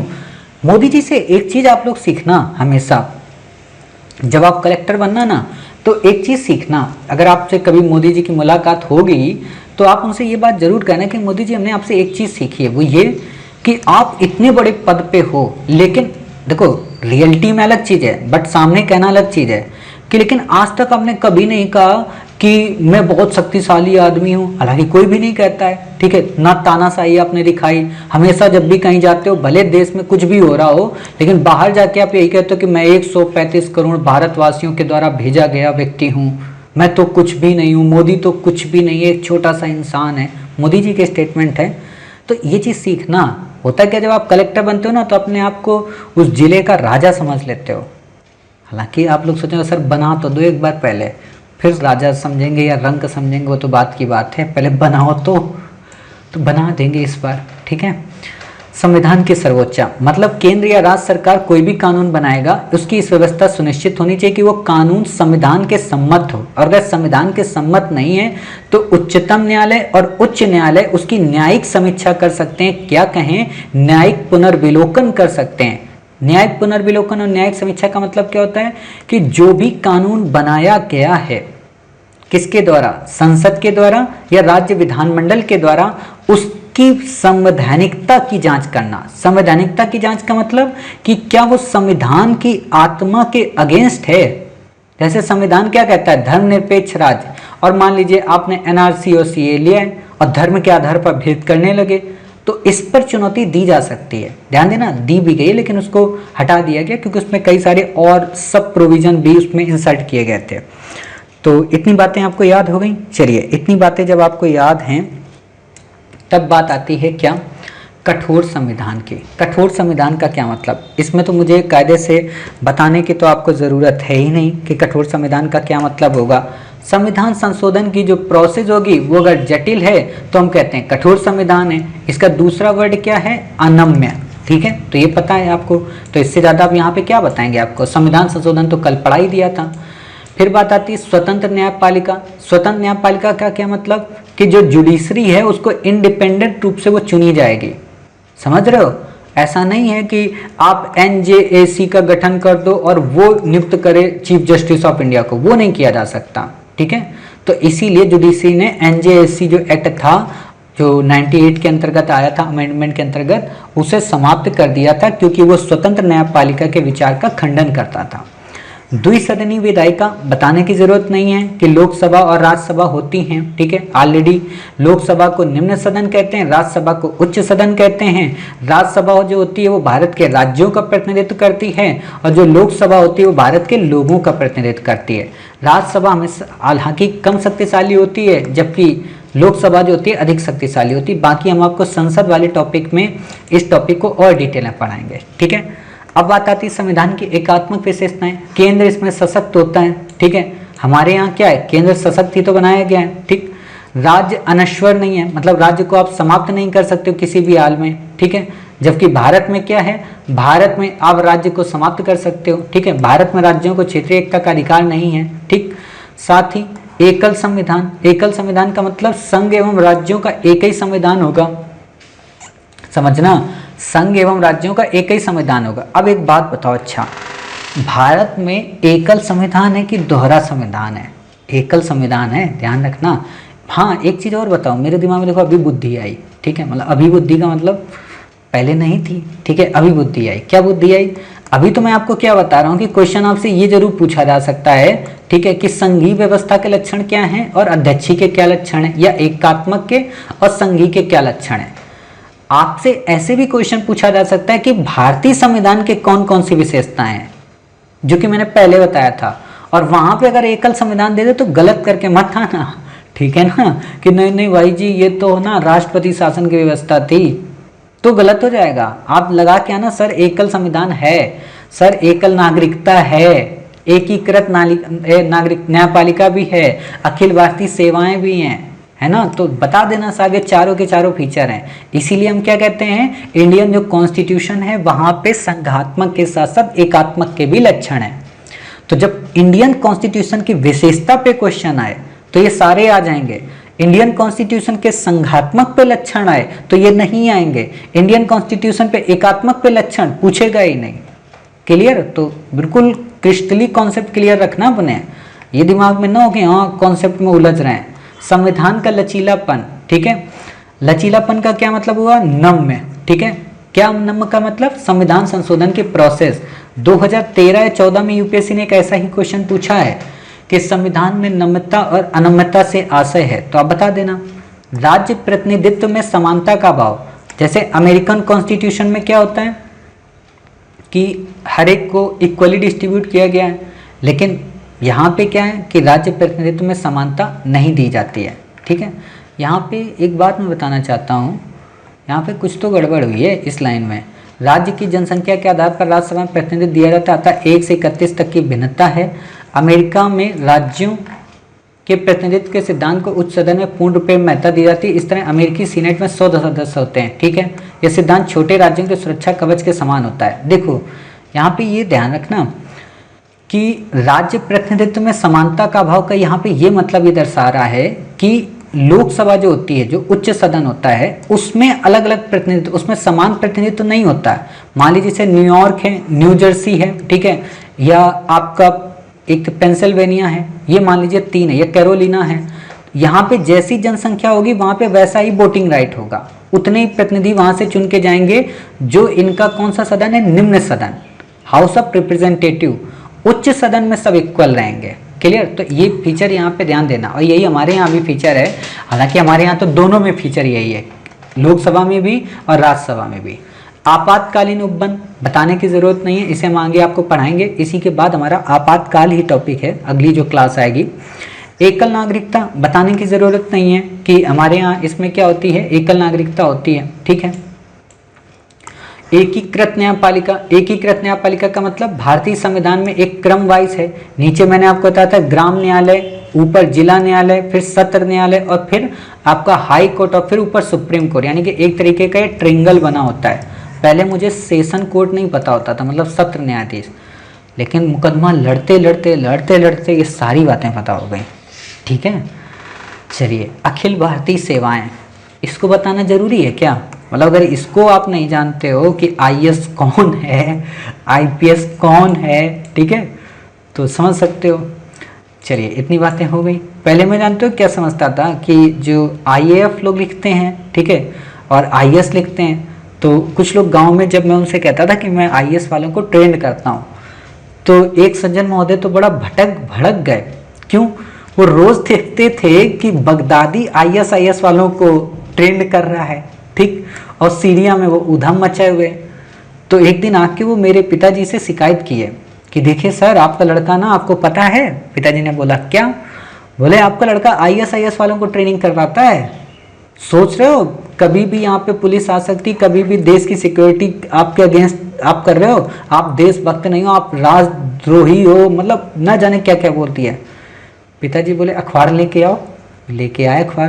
बोले देखो ये है बगदादी का, आज ही अखबार में आया है कि आईएसआईएस के ठिकानों पर अमेरिका ने मिसाइल दागी, और ये देखिए आईएसआईएस क्या कर रहा है, और आपका बेटा ऐसा मतलब पढ़ा रहा है लोगों को, मतलब ये तो एक तरीके से जिहादी हो गया है, इसको देश निकाल दो। वो इतना भड़क गए थे। तो मेरे पिताजी ने कहा कि देखिए सज्जन महोदय, आपकी जो बात है बिल्कुल वाजिब है और हम आपकी संवेदना को भी समझ रहे हैं, मतलब उन्होंने भी थोड़ा उसको अच्छे तरीके से समझाया और वेदना को भी समझ रहे हैं। आप समझ नहीं पा रहे। देखिए आईएस ये इस्लामिक स्टेट है और मेरा जो बेटा तैयारी कराता है वो है आईएएस। अब गलती ये होती है ना कि वो जब बोलता है आपसे तो आपसे आईएएस बोलता है, आईएएस नहीं बोलता। अगर आईएएस बोले ए पे जोर देके तो आप थोड़ी देर रुक सकते हैं। बोले अच्छा, बोले फिर भी आते तो दो आई और एस है ना। पिताजी बोले दो तो नहीं आते ना, कम से कम ये भी तो सोचो, है ना। तो वही है। अच्छा, कई बार आपने देखा न्यूज़पेपर जो लोकल होते हैं वो आईएस पूरा नहीं लिखते, केवल आईएस ही लिखते हैं। तो इससे भी वो सज्जन बेचारे परेशान हो गए। तो बाद में उनका संदेह दूर हुआ तो उनको लगा कि अच्छा ये बड़ी वाली सेवा की तैयारी कराता है। होता है गांव में दिक्कत आती है, आप लोगों के साथ भी होगा। एकीकृत लेखा जांच मशीनरी, इसका क्या मतलब है? एकीकृत कि भारत का जो नियंत्रक एवं महालेखा परीक्षक है वो केंद्र के साथ साथ राज्यों के खातों की भी जांच करता है। ठीक है, इंडिपेंडेंट बॉडी है, आपको अच्छे से पता है, काफ़ी इंपॉर्टेंट है। हम इसे आपको कवर कराएंगे कैग को, क्लियर। बाकी यहाँ पे आपको याद नहीं रखना है। राज्य सूची पर संसद का प्राधिकार, राज्यों को काफी अधिकार दिए जाने के बावजूद केंद्र राज्य सूची के कई सारे विषयों पर अपना अंतिम अधिकार रखती है। ठीक है, राज्यपाल की नियुक्ति, जैसे अभी आपने देखा था ना कोविड का जो विवाद हुआ था लॉकडाउन का, वो इसी को लेकर तो हुआ था कि स्टेट के पास पावर होती है डिजास्टर मैनेजमेंट की, बट सेंट्रल ने क्यों उसे अप्लाई किया? तो सेंट्रल ने क्या किया था उसको अप्लाई करने के लिए? उसको डिजास्टर मैनेजमेंट के एक्ट के अंतर्गत जो पैंडेमिक है उस कंडीशन को, मतलब एक तरीके से राष्ट्रीय आपातकाल की भावना को ध्यान में रखते हुए लगाया था लॉकडाउन। समझ रहे? राज्यपाल की नियुक्ति, राज्यपाल की नियुक्ति आपको अच्छे से पता है, एजेंट के रूप में वहां पे काम करता है जाके। ठीक, एकीकृत निर्वाचन मशीनरी, आपको पता है कि क्या होता है? चुनाव आयोग चुनाव संपन्न कराता है। अब यहाँ बच्चे कंफ्यूज हो जाएंगे कि सर चुनाव आयोग तो राज्य में भी होता है। तो मैं कान खोल के सुन लो और लिख लो चुपचाप इसी जगह पर लाइन कि राज्य चुनाव जो आयोग होता है वो केवल और केवल पंचायत और बताइए नगर पालिका इनके चुनाव संपन्न कराता है। राज्य में जो विधायकों का चुनाव होता है, विधानमंडल जो बनती है, उसका चुनाव निर्वाचन आयोग ही कराता है। अगर मैं ये कहूँ निर्वाचन आयोग लोकसभा का, राज्यसभा का, ठीक है, आपके प्रधानमंत्री का और आपके मतलब लोकसभा राज्यसभा नॉर्मल सी बात है, उसमें कॉमन सी बात आ गई। ठीक है, राष्ट्रपति का, उपराष्ट्रपति का और आपका विधानमंडल, इन सब का चुनाव कराता है। ठीक, राज्यों के विधेयकों पर वीटो, राज्यों के विधेयकों पर वीटो रहता है राष्ट्रपति के पास। इस लाइन को मैं यहाँ बता दूं क्या? वहीं पे बताऊंगा संसद में। ठीक है, और विधानमंडल जब पढ़ाऊंगा तो वहाँ बताऊंगा। लेकिन फिर भी कुछ बच्चों के दिमाग में लग रहा होगा सर बात निकली है तो दूर तलक तो जाएगी ही, क्यों बीच में रोक दे रहे हो? तो ठीक है, सुनो ध्यान से सुनना। ना समझ पाओ तो 2 बार वीडियो को चला लेना, फिर समझ जाओगे। और अगर फिर भी ना समझ पाओ तो 1 से 2 दिन का वेट कर लो, 5, 7वें या 6ठे डे में हम ऑलरेडी आपको कवर करा देंगे। ठीक है, क्या समझना है आपको? समझना ये है, यहाँ पे रुको, नीचे इसको थोड़ा करते हैं। हाँ, समझना ये है कि जैसे मान लीजिए संसद है, ठीक है, संसद में लोकसभा है, राज्यसभा है। लोकसभा ने कोई विधेयक पास किया, राज्यसभा में वो गया, राज्यसभा ने कोई उसमें सुझाव दिया। ठीक है, ध्यान से देखना, राज्यसभा ने कोई सुझाव दिया, लोकसभा ने उसे माना और नहीं माना। ठीक है, अगर मान लिया तो अच्छी बात है, नहीं माना और अगर गतिरोध हो गया, विधेयक साधारण है, तो राष्ट्रपति संयुक्त बैठक बुला लेगा और फिर उसके बाद मानना ही पड़ेगा। क्लियर? साधारण बहुमत से। अब ये विधेयक जब पास होकर राष्ट्रपति के पास गया, संयुक्त बैठक वाला नहीं, नॉर्मल वाला, ठीक है, नॉर्मल वाला विधेयक जब राष्ट्रपति के पास गया तो राष्ट्रपति के पास पावर होती है या तो इसको पारित कर दे या तो इसे वापस लौटा दे या अपने पास रख ले। अगर राष्ट्रपति ने इसे पुनर्विचार के लिए भेज दिया और लोकसभा ने उस पुनर्विचार को देखते हुए उन कमियों को दूर कर लिया, कमियों को दूर करने के बाद उसे फिर से राष्ट्रपति के पास भेज दिया, तो राष्ट्रपति को परमिशन देना अनिवार्य है। क्लियर हो गई इतनी बातें? मतलब राष्ट्रपति फिर रोककर नहीं रख सकता। लेकिन अगर राज्य विधानमंडल ने कोई विधेयक पारित किया, वो विधेयक राज्यपाल के पास गया, राज्यपाल को ये लगता है कि ये विधेयक राष्ट्रपति को भेजना चाहिए, तो उसने राष्ट्रपति को भेज दिया। राष्ट्रपति ने उस विधेयक को पास करने से पहले पुनर्विचार के लिए राज्यपाल को भेजा कि जाओ भाई साहब, इसको विधानमंडल को फिर से दो और उनसे कहो कि एक बार सोच के बना के फिर से भेजें। और राज्य विधानमंडल ने फिर अगर राज्यपाल को भेजा और राज्यपाल ने फिर राष्ट्रपति को भेज दिया, तो राष्ट्रपति उस पर अनुमति देने के लिए बाध्यकारी नहीं है। इसी को कहते हैं राष्ट्रपति की वीटो पावर। समझ गए? बस इतना ही समझाना था। ठीक है, चलिए, इतनी बातें जब आपकी क्लियर हो गई, फिर बात आती है इसकी आलोचना। आलोचना हमें पढ़नी नहीं है क्योंकि हमें मेंस थोड़ा ना लिखना है जो मेंस में हमसे क्वेश्चन पूछेगा। क्लियर? तो ये बातें आपकी क्लियर हो गई। चलिए, इतनी बातें जब क्लियर हो गई तो बात आती है यहाँ पे कि भारतीय संविधान आखिरकार एकात्मक क्यों हुआ। कुछ कारण है ना एकात्मक के, कुछ फीचर हैं, तो वो ये हैं। नंबर 1, इसमें 2 कारण बताएंगे। वित्तीय मामलों में केंद्र का प्रभुत्व एवं राज्यों के केंद्रीय अनुदान पर निर्भरता, जैसे आज जीएसटी का आप इशू देखते होंगे। तत्कालीन शक्तिशाली योजना आयोग द्वारा राज्य की विकास प्रक्रिया को नियंत्रित करने की व्यवस्था। हालांकि अब तो नीति आयोग आ गया है, तो नीति आयोग क्या करता है? सबके साथ सहकारी संघवाद को प्रमोट करता है। ठीक है, यानी कि कोऑपरेटिव फेडरलिज्म को प्रमोट करता है। वो योजना आयोग से थोड़ा सा अलग है। समझ रहे हो? तो बस यही बातें आपको याद रखनी, बाकी आपसे यहाँ पे कोई क्वेश्चन पूछेगा नहीं और ना ही आपको याद रखने की आवश्यकता है। ठीक है, अब बात आती है यहाँ पे क्या, ये संघीय व्यवस्था के नकारात्मक क्या फीचर होते हैं। तो वही बात है कि सामान्यतः शक्तियों का विभाजन होता है, जिसके अंतर्गत राज्य स्वायत्त होते हुए अपना कार्य करते हैं।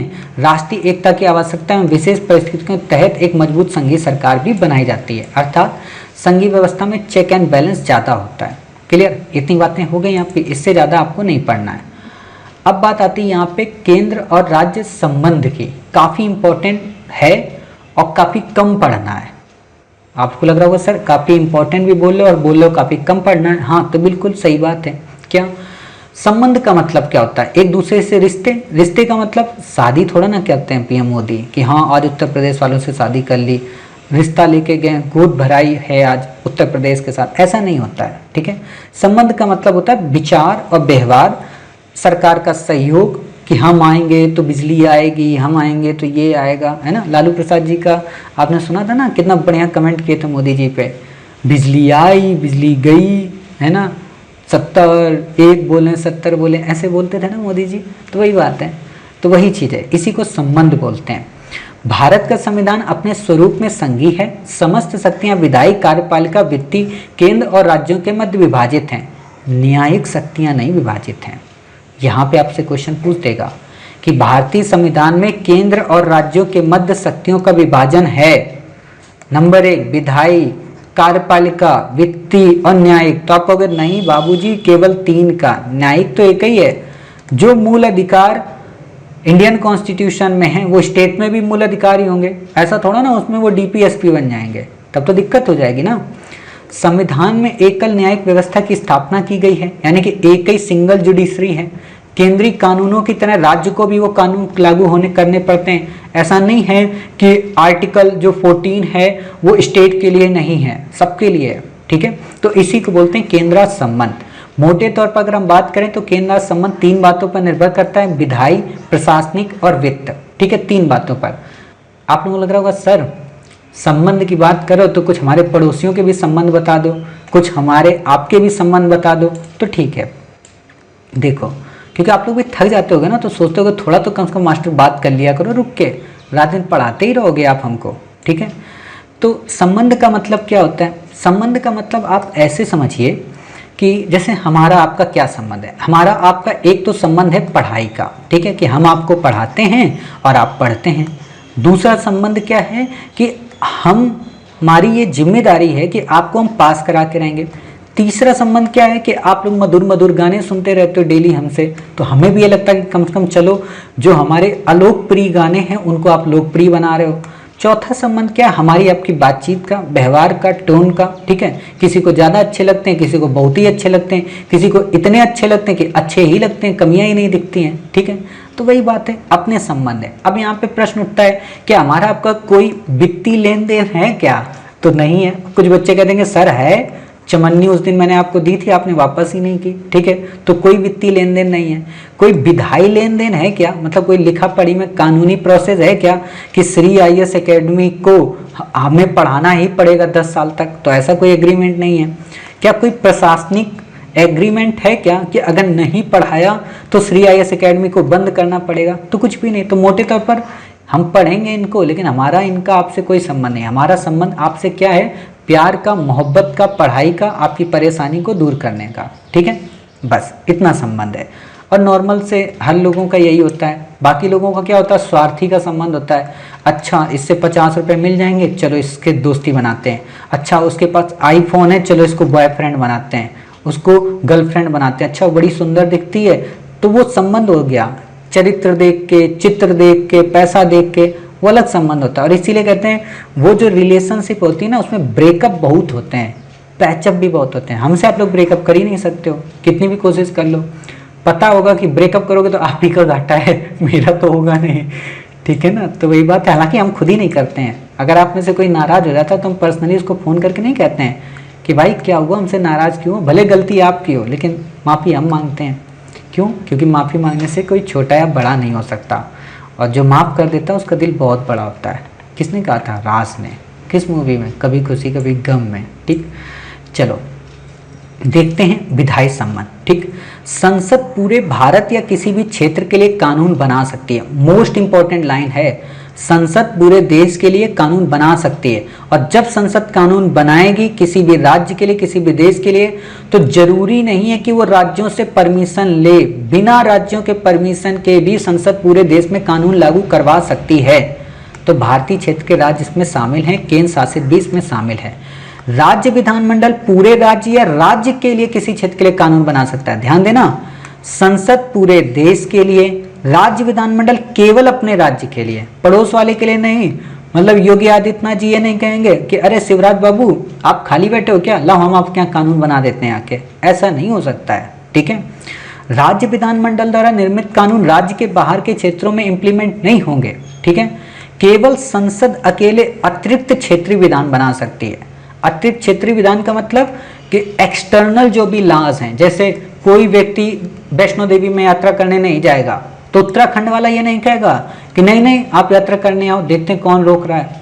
समझ गए? ये नहीं कह सकता है, उसके लिए संसद है। और संसद पे उसके लिए बात बताएगी कि देख भाई डेल्टा आ गया है, कोरोना का वेरिएंट खा जाएगा सबको, वापस आ जाओ माता जी से। और माता जी ने कब कहा था कि आप हमारे दरबार में आना, ठीक है, और वही मास्क लगा के आना। मतलब माता जी को भी ना ये लोग छोड़ेंगे नहीं कोरोना संक्रमित कराने से, ठीक है। तो वही बात है। अब यहाँ पे ध्यान देना, 2-3 इंपॉर्टेंट फैक्ट हैं, बहुत इंपॉर्टेंट हैं, ठीक है, जो संसद के कानून निम्नलिखित क्षेत्रों में लागू नहीं होते हैं, ठीक। राष्ट्रपति 5 केंद्र शासित प्रदेशों में शांति, उन्नति, अच्छी सरकार के लिए नियम बना सकता है। अंडमान एवं निकोबार द्वीप समूह, लक्षद्वीप, दादर एवं नागर हवेली, दमन द्वीप और लद्दाख, ठीक है। अब यहाँ ध्यान देना, दमन एवं द्वीप और लद्दाख, दादर एवं नागर हवेली और दमन द्वीप ये तो मिला दिए गए। तो अब यहाँ पे जो 5 है ना, इसको यहाँ 4 कर लेना। क्लियर। तो बाकी लद्दाख तो दिया ही है आपका, ठीक। तो 4 यूटीज के लिए कानून बना सकता है कौन? राज्यपाल नहीं, संसद नहीं, राष्ट्रपति। आपको यही तीनों ऑप्शन देता है, तो आपको पता होना चाहिए कि राष्ट्रपति कानून बना सकता है। अब एक और बात ध्यान देना, क्या राज्यपाल को इस बात की शक्ति प्राप्त है वो संसद के किसी विधेयक को सूचीबद्ध क्षेत्र में लागू ना करे या उसमें कुछ विशेष संशोधन कर लागू करे। मतलब सूचीबद्ध क्षेत्र मतलब जैसे अनुसूचित जो क्षेत्र हैं, अनुसूचित जनजाति और अनुसूचित जाति, आपने पढ़ा था ना, 5वीं अनुसूची और 6ठी अनुसूची। 5वीं में क्या था? असम, मेघालय, त्रिपुरा, मिजोरम राज्यों को छोड़कर बाकी सभी अनुसूचित जनजाति क्षेत्र। और 6ठी में क्या था? असम, मेघालय, त्रिपुरा, मिजोरम के राज्य। तो ये पता होना चाहिए। तो यहाँ पे क्या होगा कि असम का राज्यपाल संसद के किसी विधेयक को जनजातीय क्षेत्रों में प्रयोज्य न कर, प्रयोज्य का मतलब लागू, इस वर्ड को लिख लो, यूपीएससी बहुत बार प्रयोज्य और प्रयोजित पूछती है। लागू इसका मतलब होता है न कर, कुछ परिवर्तनों के साथ लागू कर सकता है। राष्ट्रपति को भी इस तरह की शक्ति जनजातीय क्षेत्रों मेघालय, त्रिपुरा और मिजोरम के लिए प्राप्त है। आप कहोगे सर दिक्कत हो गई, अब तो सच में दिक्कत हो गई। क्या? 5वीं अनुसूची से जितने संबंधित क्षेत्र हैं उस पे कानून कौन लागू करेगा? राज्यपाल। 6ठी अनुसूची के जो क्षेत्र हैं उन पे कौन करेगा? राष्ट्रपति। टोटल पे कौन करेगा? जो केंद्र शासित प्रदेश हैं उस पर राष्ट्रपति। ठीक है, तो इतनी बातें याद रखना, बाकी आपको याद रखने की जरूरत नहीं है। बाकी ये विषय आपसे पूछता तो नहीं है, लेकिन मैं आपको बस इतना बताना चाहूंगा, मोटे मोटे विषय आप याद कर लो। 7वीं अनुसूची से संबंधित कौन कौन से विषय हैं? तो संघ सूची में कौन कौन है? रक्षा, बैंकिंग, विदेश मामले, मुद्रा, बीमा, केंद्र राज्य व्यापार, वाणिज्य, जनगणना और लेखा परीक्षा। जनगणना इंपॉर्टेंट है, आपसे क्वेश्चन पूछ सकती है, तो ऐसे याद कर लो। ठीक है, राज्य विधानमंडल में कौन कौन से हैं? जन स्वास्थ्य एवं सफाई, पुलिस, सार्वजनिक व्यवस्था, स्थानीय शासन, मत्स्य पालन, बाजार, कृषि, जेल। ठीक है, अब कृषि में भी जो वन वगैरह हैं वो सबके सब किसमें आ गए? समवर्ती में। जैसे ये वन एवं पक्षियों का संरक्षण, ठीक है, वन देख रहे हो, शिक्षा, नाप एवं तौल, ठीक है, न्याय का। अब यहाँ पे कुछ बच्चे सर कह रहे होंगे सर नाप तौल का मतलब होता है कि जो उत्तर प्रदेश में 1 किलो का बांट होगा वो मध्य प्रदेश में 2 किलो का बांट होगा। बिल्कुल भी नहीं, समझ रहे हो? नाप तौल का मतलब ये नहीं होता। नाप तौल का मतलब क्या होता है? नाप तौल का मतलब होता है खेत से। खेत का मतलब जैसे आप देखे होंगे कि बिस्वा, बिस्वा क्या होता है? खेत की माप की इकाई है। हरियाणा के लोगों को क्या पढ़ना पता? किला, ठीक है ना, 1 किला, 2 किला, ठीक है। कहीं कहीं पे गट्ठा, अलग अलग वर्ड होते हैं। बीघा कहीं पे होता है, जो ज़्यादा एडवांस होते हैं वो हेक्टेयर की बात करते हैं। तो इस माप को बोलते हैं, ठीक है ना, कि 1 बीघा में इतना होता है, 1 बिस्वा में इतना होता है। जैसे आप रूम फ्लैट वगैरह खरीदते होंगे तो कहीं पे 75 जो वर्ग गज का एरिया होगा उसमें का 3 BHK कमरा बना दें, कहीं पे 120 का होगा तो का वहाँ 4 BHK बन जाए। तो माप की इकाई ये अलग अलग होती है, बांट अलग अलग नहीं होते हैं। ठीक, संसद को इस शक्ति के भारत के किसी भी भूभाग के लिए किसी भी विषय पर कानून बना सकती जो किसी भी राज्य में शामिल नहीं है, भले ही वह विषय राज्य सूची के अंतर्गत शामिल हो। मतलब आपको अगर ये लाइन दे दे कि संसद राज्य सूची में शामिल विषयों पर किसी भी तरीके से किसी भी परिस्थिति में कानून नहीं बना सकती, तो बना सकती है। ठीक है, 101 संविधान संशोधन किससे रिलेटेड है? GST से। 100वां किससे रिलेटेड है? बांग्लादेश को क्षेत्र देने से। 102 किससे रिलेटेड है? पिछड़ा वर्ग आयोग से। 103 किससे रिलेटेड है? EWS से। ठीक है, तो इतनी बातें आपको याद रखना है। चलिए, अवशिष्ट सूची से संबंधित जो विषय है वो उसका अधिकार किसको है? संसद को। यूपीएससी ने क्वेश्चन पूछा 1935 में अवशिष्ट शक्ति से संबंधित अधिकार जो है 2018 में पूछा था, किसको प्राप्त था? तो गवर्नर जनरल को। ठीक है, यहाँ पे किसको प्राप्त है? संसद को। लेकिन 1919 का जो अधिनियम था ना उसमें प्रांतों को प्राप्त था अवशिष्ट शक्तियों पे। तो यही बच्चे कंफ्यूज हुए थे। फिर बात आती वित्त आयोग, काफी इंपॉर्टेंट है। इंपॉर्टेंट यहाँ पे तो है ही, बाकी जब हम आपको करंट पढ़ाएंगे तो 15वां वित्त आयोग आपको पढ़ाएंगे। और 15वें वित्त आयोग में भी जानते हो क्या इंपॉर्टेंट है? इसकी जो सिफारिशें हैं। क्यों? क्योंकि आपको पता होना चाहिए कि यूपीएससी जब भी सिफारिशें आती हैं, 14वें वित्त आयोग की जब सिफारिश आई थी तो उसने क्वेश्चन पूछ दिया था। तो 15वें वित्त आयोग की सिफारिश आई है तो इस बार क्वेश्चन जरूर पूछेगा, मोस्ट इंपॉर्टेंट है। और इस बार करंट में चर्चा में नहीं है, लेकिन आपको पता है हम आपको 2020 से करंट कवर करा रहे तो उसमें चर्चा में था। ठीक, तो इसलिए आपसे क्वेश्चन पूछेगा। तो देख लेते हैं नॉर्मल तरीके से कि आर्टिकल 280 में मेंशन किया गया अर्ध न्यायिक निकाय के रूप में काम करता है। तो आप बताइए क्या कॉन्स्टिट्यूशनल बॉडी हुई? तो हुई, ठीक है। इसकी स्थापना करता है, हर 5 वर्ष में राष्ट्रपति द्वारा इसे नियुक्त किया जाएगा। इसके काम क्या है, इस पे क्वेश्चन आता है, ठीक। राष्ट्रपति द्वारा वित्तीय मामलों के संबंध में सौंपा गया कोई भी कार्य करता है। राज्य वित्त आयोग की संस्तुति पर राज्य पंचायतों नगर पालिकाओं के स्रोतों की पूर्ति के लिए राज्य की संचित निधि को बढ़ाने के लिए उपाय देता है। यहाँ पे बच्चों को लगता है कि जो ये वित्त आयोग है ये अलग हो जाता है, ये स्टेट के मामले में कोई पावर नहीं रखता, तो गलत बात है। स्टेट के मामले में भी पावर रखता है, ठीक। केंद्र एवं राज्यों के बीच कराधान व्यवस्था का निर्धारण और ऐसी प्राप्तियों का राज्यों के बीच हिस्सेदारी का निर्धारण करता है। वे सिद्धांत जिनके तहत राज्य केंद्र भारत की संचित निधि से आर्थिक अनुदान लेकर कार्य करते हैं, इसकी सिफारिशें करता है। आपसे इतना ही क्वेश्चन पूछेगा। आपसे नॉर्मल एक लाइन और पूछ सकता है ये कि वित्त आयोग से आशय है वित्तीय संघवाद को बढ़ावा देने से, ठीक है। तो इतनी बातें समझ गए। चलिए, इतनी बातें क्लियर हो गई। बाकी आपको यहाँ पे याद रखने की ज़रूरत कुछ भी नहीं है। हाँ, अब जो आपको याद रखने की ज़रूरत है वो क्या, केंद्र द्वारा राज्यों का करारोपण ऋण, ये आपसे नहीं पूछेगा, ठीक है। आपको यहाँ पे याद रखने की ज़रूरत नहीं है। हाँ, एक चीज़ बस यहाँ पे ये समझ लो, क्योंकि अभी केजरीवाल सरकार के साथ ये इशू हुआ था, तो इसलिए आपको बस यहाँ पे ये पता होना चाहिए। क्या पता होना चाहिए कि जो स्टेट गवर्नमेंट है, ठीक है, स्टेट जो भी गवर्नमेंट है वो किसी भी वर्ल्ड लेवल की जो भी लोन देने वाली बैंकें हैं, जैसे वर्ल्ड बैंक हो गया, IMF हो गया, इनसे लोन नहीं ले सकते बिना सेंट्रल की परमिशन के और बिना सेंट्रल के द्वारा गारंटी के। क्लियर? तो इतनी बातें आपको बस याद रखना है, इससे ज़्यादा आपको यहाँ पे याद रखने की आवश्यकता नहीं है। अब बात आती है इसी के आगे, अंतर सरकारी कर उन्मुक्ति आपसे नहीं पूछेगा, ये आपको नहीं याद रखना है। हाँ, आपसे जो क्वेश्चन अब पूछा जाएगा वो क्या, वो पूछा जाएगा कि केंद्र राज्य संबंध से संबंधित कौन कौन सी समितियां हैं, उन्होंने क्या सिफारिशें दी, ये क्वेश्चन नहीं आता है, तो आपको नहीं याद रखना है। तो आपको क्या याद रखना है, राजमन्नार समिति का संबंध केंद्र राज्य संबंध से है। पश्चिम बंगाल स्मरण जो पत्र है इसका संबंध केंद्र राज्य संबंध से है। आनंदपुर साहिब प्रस्ताव, इसका संबंध केंद्र राज्य संबंध से है। सरकारिया आयोग, इसका संबंध केंद्र राज्य संबंध से है। सरकारिया आयोग इंपॉर्टेंट इसलिए हो जाता है क्योंकि ये राज्यपाल से संबंधित काफी सारे सुधारों की बात करता है, ठीक है, राज्यपाल की नियुक्ति को लेकर। और आपको पता होना चाहिए यूपीएससी ने 2019 में यही क्वेश्चन पूछा था, तो आप बता देना कि साहब राज्यपाल से रिलेटेड है सरकारिया आयोग, ठीक है। फिर बात आती है राजमन्नार आपने देख लिया, आनंदपुर साहिब देख लिया, पश्चिम बंगाल स्मरण पत्र देख लिया। पुंछी आयोग, आपसे क्वेश्चन पूछ सकता है पुंछी आयोग क्या है। आप में से जो बच्चे आगरा एक्सप्रेस वे से घर जाते होंगे, या जो बच्चे रेलवे से घर जाते होंगे, या जो बच्चे आगरा कभी गए होंगे ताजमहल देखने या किसी को दिखाने या किसी के साथ, ठीक है, तो वहाँ पे आपको एक चीज़ कॉमन मिलेगी, क्या, पंछी पेठा, ठीक है। और ये पंछी पेठा बनाता वैसे एक ही था, अब पूरे आगरा में कॉपीराइट पे बहुत सारे ब्रांड आ गए, ठीक। तो पंछी को ऐसे याद किया करो, पुंछी, मैंने ऐसे ही इसको पढ़ा था, ठीक है, तो इसलिए आपको बता रहा हूँ। तो पुंछी आयोग का संबंध किससे है बताइए, केंद्र राज्य संबंध से, ठीक। अब बच्चे ये रटते हैं, नहीं आएगा भाई, रिपोर्ट थी, मानी थोड़ा नहीं गई हैं, ठीक। इतनी बातें क्लियर हो गई। चलिए, इतनी बातें क्लियर हो गई, इससे ज़्यादा आपको यहाँ पे याद रखने की ज़रूरत नहीं है।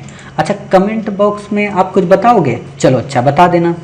आप ये कमेंट बॉक्स में बताइए कि जीवी के राव समिति का संबंध किससे है। आप ये बताइए जेवीपी समिति का संबंध किससे है। आप ये बताइए फजल अली आयोग का संबंध किससे है। आप ये बताइए थुंगन समिति का संबंध किससे है। ये सारी चीज़ें मैंने आपको बता रखी थी, ठीक है।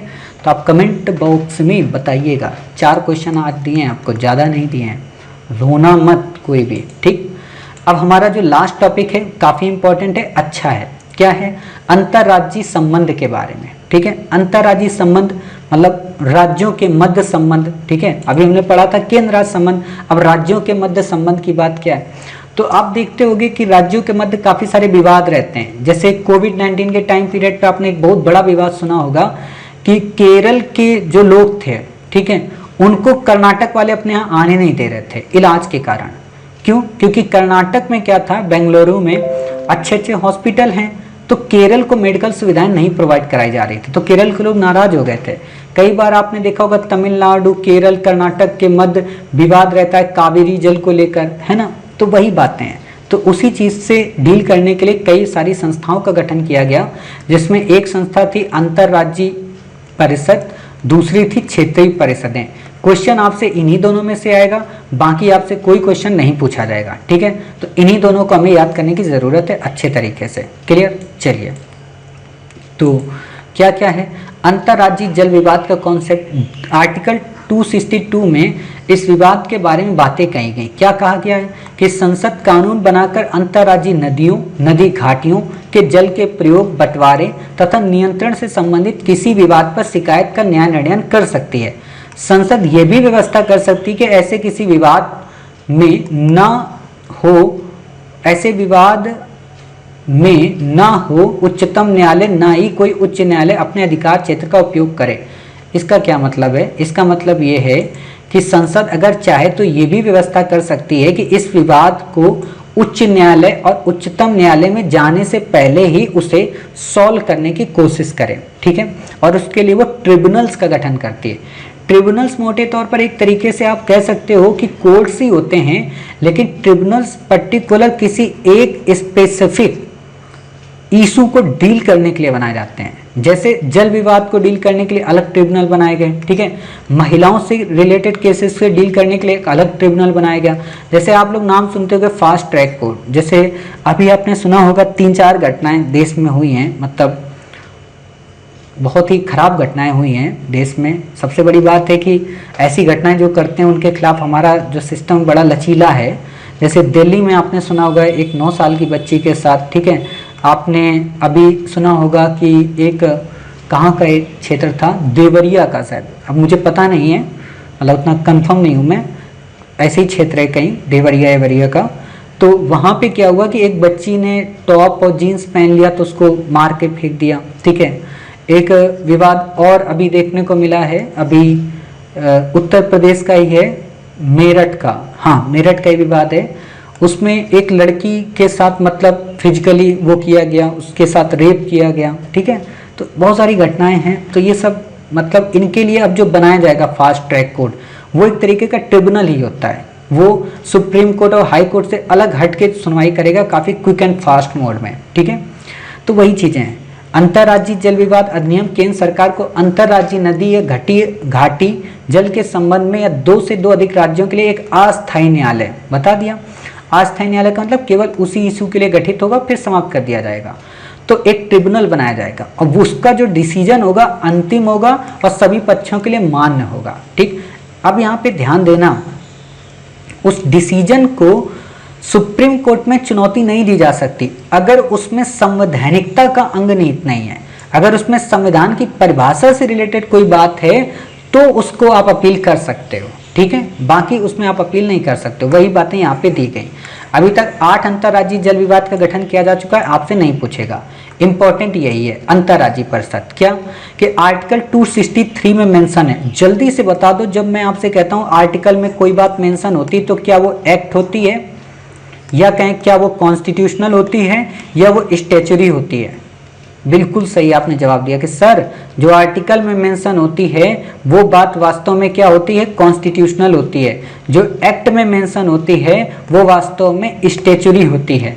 यानी कि आर्टिकल का संबंध होता है कॉन्स्टिट्यूशन से, एक्ट का संबंध होता है किससे, स्टैच्यूटरी से, ठीक है। तो अगर मैं कहूँ, मतलब ये तो गाने की तरह बन गया कि अगर मैं कहूँ, ठीक है, तो क्या होगा, अंतर्राज्यीय परिषदें, अंतर्राज्यीय परिषदें एक तरीके की संवैधानिक संस्था है, संवैधानिक निकाय है।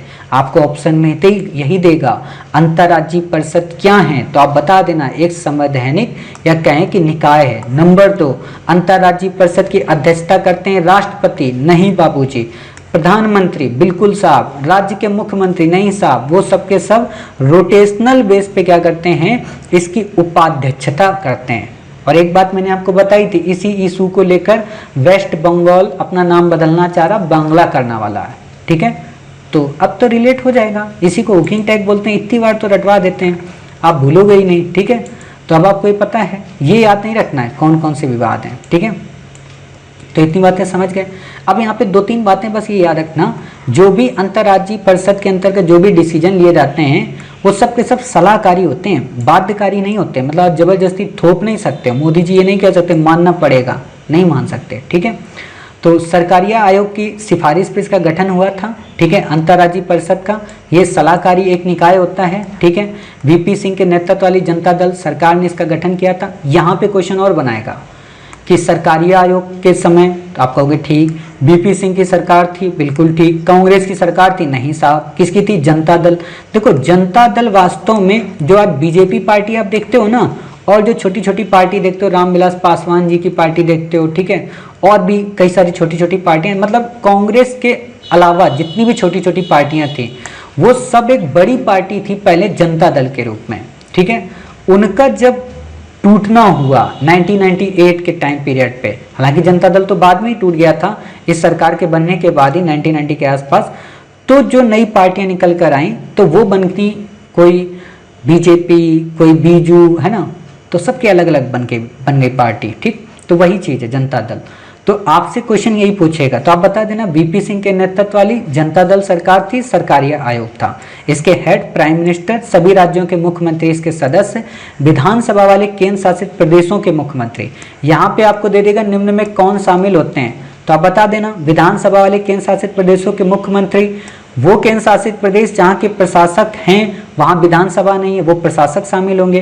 देखो प्रशासक, राज्यपाल और उपराज्यपाल तीनों एक ही चीज होते हैं, बस तीनों को अलग अलग जगह अलग नाम से संबोधित किया जाता है।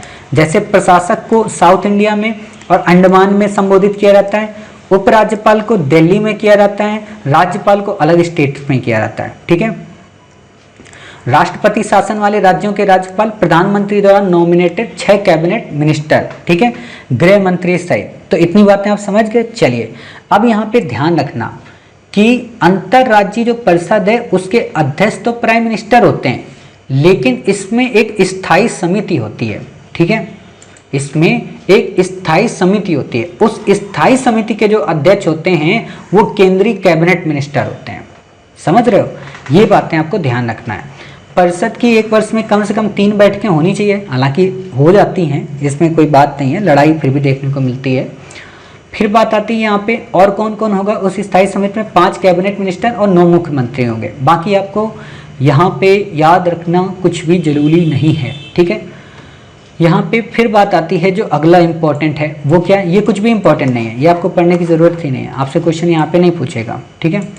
फिर बात आती है यहाँ पे आपकी क्षेत्रीय परिषद। क्या क्षेत्रीय जो परिषद हैं इनको एक्ट के तहत गठित किया गया था। 1956 के जो भाषाई राज्य पुनर्गठन अधिनियम था ना, मैंने आपको बताया था, जिसके आधार पर फजल अली आयोग ने सिफारिशें की थी, ठीक।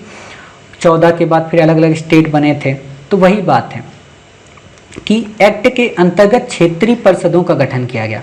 अब जब एक्ट के अंतर्गत गठित किया गया तो अब ईमानदारी से बता दो, बिना आंख को झपके, ठीक, क्या सर ये स्टैच्यूरी बॉडी हैं, ये कॉन्स्टिट्यूशनल बॉडी नहीं है, ये सांविधिक निकाय है। अब यहाँ पे एक आपको दिमाग देता हूँ, चाहे इस जगह पे ऊपर लिख लो, चाहे ऊपर लिख लो, चाहे अपने मस्तिष्क में लिख लो, जब भी आपको कहीं पे संवैधानिक और सांविधिक क्वेश्चन में दिया होगा यूपीएससी के एग्जाम हॉल में, तो पेपर में आप उसकी इंग्लिश जरूर चेक करेंगे, है ना, उसकी इंग्लिश जरूर चेक करेंगे। क्यों? क्योंकि कई बार संवैधानिक को संवैधानिक लिख दिया जाता है, ठीक है, धिक नहीं लिखा जाता, तो वो डेफिनेशन चेंज हो जाती है संवैधानिक और सांविधिक की। तो ये बातें याद रखना। और कई बार हमारी आंखें भी ना गुस्ताखी कर जाती हैं, ठीक है, तो उस चीज़ से ध्यान रखना, उस चीज़ पे कि हाँ हमें इंग्लिश देखना है। बाकी तो आप छोड़ दो, पेपर कैसे अटेम्प्ट करना है वो तो 8 वीडियो जब देंगे ना तो उसमें कैसे पहला क्वेश्चन सॉल्व होता है, कैसे दूसरा होता है, कैसे तीसरा, ये भी बताएंगे, ठीक है।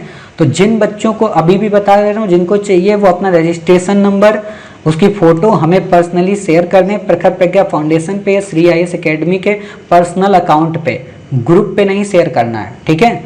बहुत फ़ायदा पहुँचाएगा, यकीन मानना। 60+ क्वेश्चन अपने आप आपके सॉल्व करा देगा। बाकी राम भरोसे सारी चीज़ें, ठीक है। चलिए, कुछ बच्चे तो इतने खुश हो रहे हैं आजकल मेरी क्लासेस करके कि सर अब तो एग्ज़ाम हो जाएगा, जबकि हम उनसे कह रहे हैं कि भाई अभी तो मैंने आपको कुछ बताया ही नहीं है और आप इतने खुश हो। बोले नहीं सर इतने में ही हो जाएगा हमारा। हमने कहा तब तो फिर बढ़िया है, तो फिर आपको ट्रिक और टेक्निक ना बताएं। तो बोलते हैं अरे सर मतलब इतनी भी नाइंसाफ़ी मत करो, है ना, क्योंकि जब ट्रिक्स और टैक्टिक्स आपके पास आएगी ना तो आधे बच्चों के जो मन है ना वो हिलोरे मारने लगेंगे। और फिर जो वो होता है ना, भगवान कृष्ण ने जो गीता में एक वचनबद्धता दी थी अर्जुन को कि अर्जुन दोनों हाथ उठाकर कह दो कि मेरा भक्त कभी दुखी नहीं रह सकता, तो वही चीज फिर आप लोगों को आ जाएगी कि दोनों हाथ उठा के कह दो कि कोई ये कह दे कि 10 अक्टूबर को मेरा प्रीलिम होकर ही रहेगा, है ना, ऐसा आप लोग हो जाएंगे फिर जब ट्रिक देख लेंगे। ठीक, क्षेत्रीय प्रश्न और कुछ बच्चे तो मुंह ही मुंह मुझे सुनाएंगे, हालांकि अब शब्द तो नहीं कहेंगे, बस यही कहेंगे मास्टर आप सही इंसान नहीं हो, आपने धोखा किया है। क्यों? क्योंकि आपको जब ट्रिक मिलेगी तो आप कहोगे सर जब ट्रिक ही बताने थे तो इतना पढ़ाया क्यों था, है ना, तो वही बात है, ये भी होता है।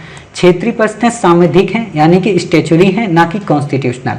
खास बात क्या है कि इन्हें राज्य पुनर्गठन अधिनियम के तहत गठित किया गया। देश में मूलतः 5 क्षेत्रीय परिषदों का गठन किया गया था, ध्यान देना, देश में मूलतः 5 क्षेत्रीय परिषदों का गठन किया गया था, लेकिन फिर एक छठी क्षेत्रीय परिषद अलग से गठित की गई जिसे पूर्वोत्तर परिषद कहते हैं। क्लियर? तो इतनी बातें क्लियर हुई। अब बात आपसे ये पूछा जा सकता है कि क्षेत्रीय परिषद में कौन कौन होता है।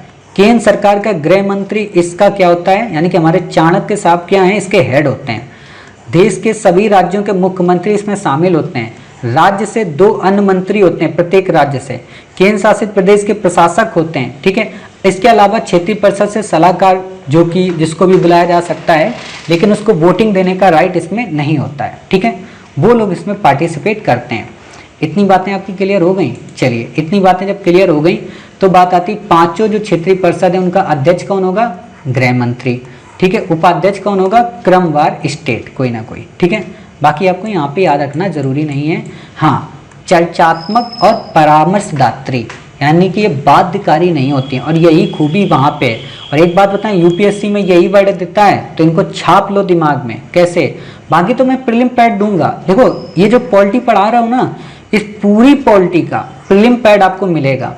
जब ये पॉलिटी हमारी खत्म हो जाएगी ना 15 तारीख को, तो आपको इसका पूरा प्रीलिम पैड मिल जाएगा। और आप लोग जैसे एम लक्ष्मीकांत ये पढ़ ही रहे हो, ठीक है, हाईलाइट कर ही रहे हो, लेकिन उस प्रीलिम पैड के सिनॉप्सिस जरूर बना लेना, तो उससे आपको काफ़ी फायदा मिलेगा, चीज़ें याद रहेंगी। और उसमें यही इंपॉर्टेंट लाइन होगी, चर्चात्मक परामर्शदात्री निकाय है, तो आपको याद रहेगा फिर। ठीक है, भूलेंगे नहीं, मतलब इतनी बार रट्टा मरवाएंगे ना, और फिर प्रीलिम पैड से ही पढ़ाएंगे आगे चल के। अभी तो ये पढ़ा दे रहे हैं यहाँ पे, फिर आपको जो रिवीजन मैंने कहा ना वो प्रीलिम पैड से ही होगा। ठीक, ये केवल चर्चात्मक तथा परामर्शदात्री निकाय हैं। क्लियर हो गई इतनी बातें। चलिए, ऐसे ही हमारी अंतर्राज्यीय जो परिषद है वो भी, लेकिन उसके प्राइम मिनिस्टर उसके हेड कौन होते हैं, प्राइम मिनिस्टर। पूर्वोत्तर परिषद, एक पूर्वोत्तर परिषद का गठन किया गया 1971 में। इसमें असम, मणिपुर, मिजोरम, अरुणाचल, नागालैंड, मेघालय, त्रिपुरा, सिक्किम शामिल है। एक बार जब मैं ऑफलाइन पढ़ा रहा था तो एक बच्ची ने क्वेश्चन पूछा था, वो ये कि सिक्किम सर शामिल है कि नहीं है। तो सिक्किम शामिल है, लेकिन इन क्षेत्रीय परिषदों में ना शामिल होकर पूर्वोत्तर परिषद के अंतर्गत आता है। ठीक है, वो उसको देना था नेट जेआरएफ का एग्जाम, तो उसी से रिलेटेड उसने क्वेश्चन पूछा था। ठीक है, तो इस तरीके से हमारी क्लास कंप्लीट हो गई है ना। तो उम्मीद है आज आपको काफ़ी इंपॉर्टेंट आर्टिकल मिले होंगे, काफ़ी अच्छे आर्टिकल, संसदीय व्यवस्था, संघीय व्यवस्था के कॉन्सेप्ट सही हो गए होंगे। इनसे क्वेश्चन आएगा 100%। ठीक है, मतलब अगर अब मैं आपसे ये कहूँ कि हम 4 डे अपने कंप्लीट कर चुके तो भाई साहब कितने क्वेश्चन आप दिला सकते हो, तो लगभग 10 क्वेश्चन आपको इस बार के एग्जाम में इन 4 दिनों के क्लासेस से मिल जाएंगे। और आते कितने टोटल 25, बाकी के हम आपको आगे बताएंगे। ठीक है, तो मिलते हैं नेक्स्ट क्लास में कुछ नए इंपॉर्टेंट, कुछ नए आर्टिकल, कुछ नई घटनाएं, कुछ नई क्लासेस के साथ। तब तक अपना ख्याल रखिए, स्वस्थ रहिए, कोविड-19 के पेंडेमिक से अपना और अपनी फैमिली का बचाव करिए। जय हिंद, जय भारत, वंदे मातरम, भारत माता की जय। ठीक है।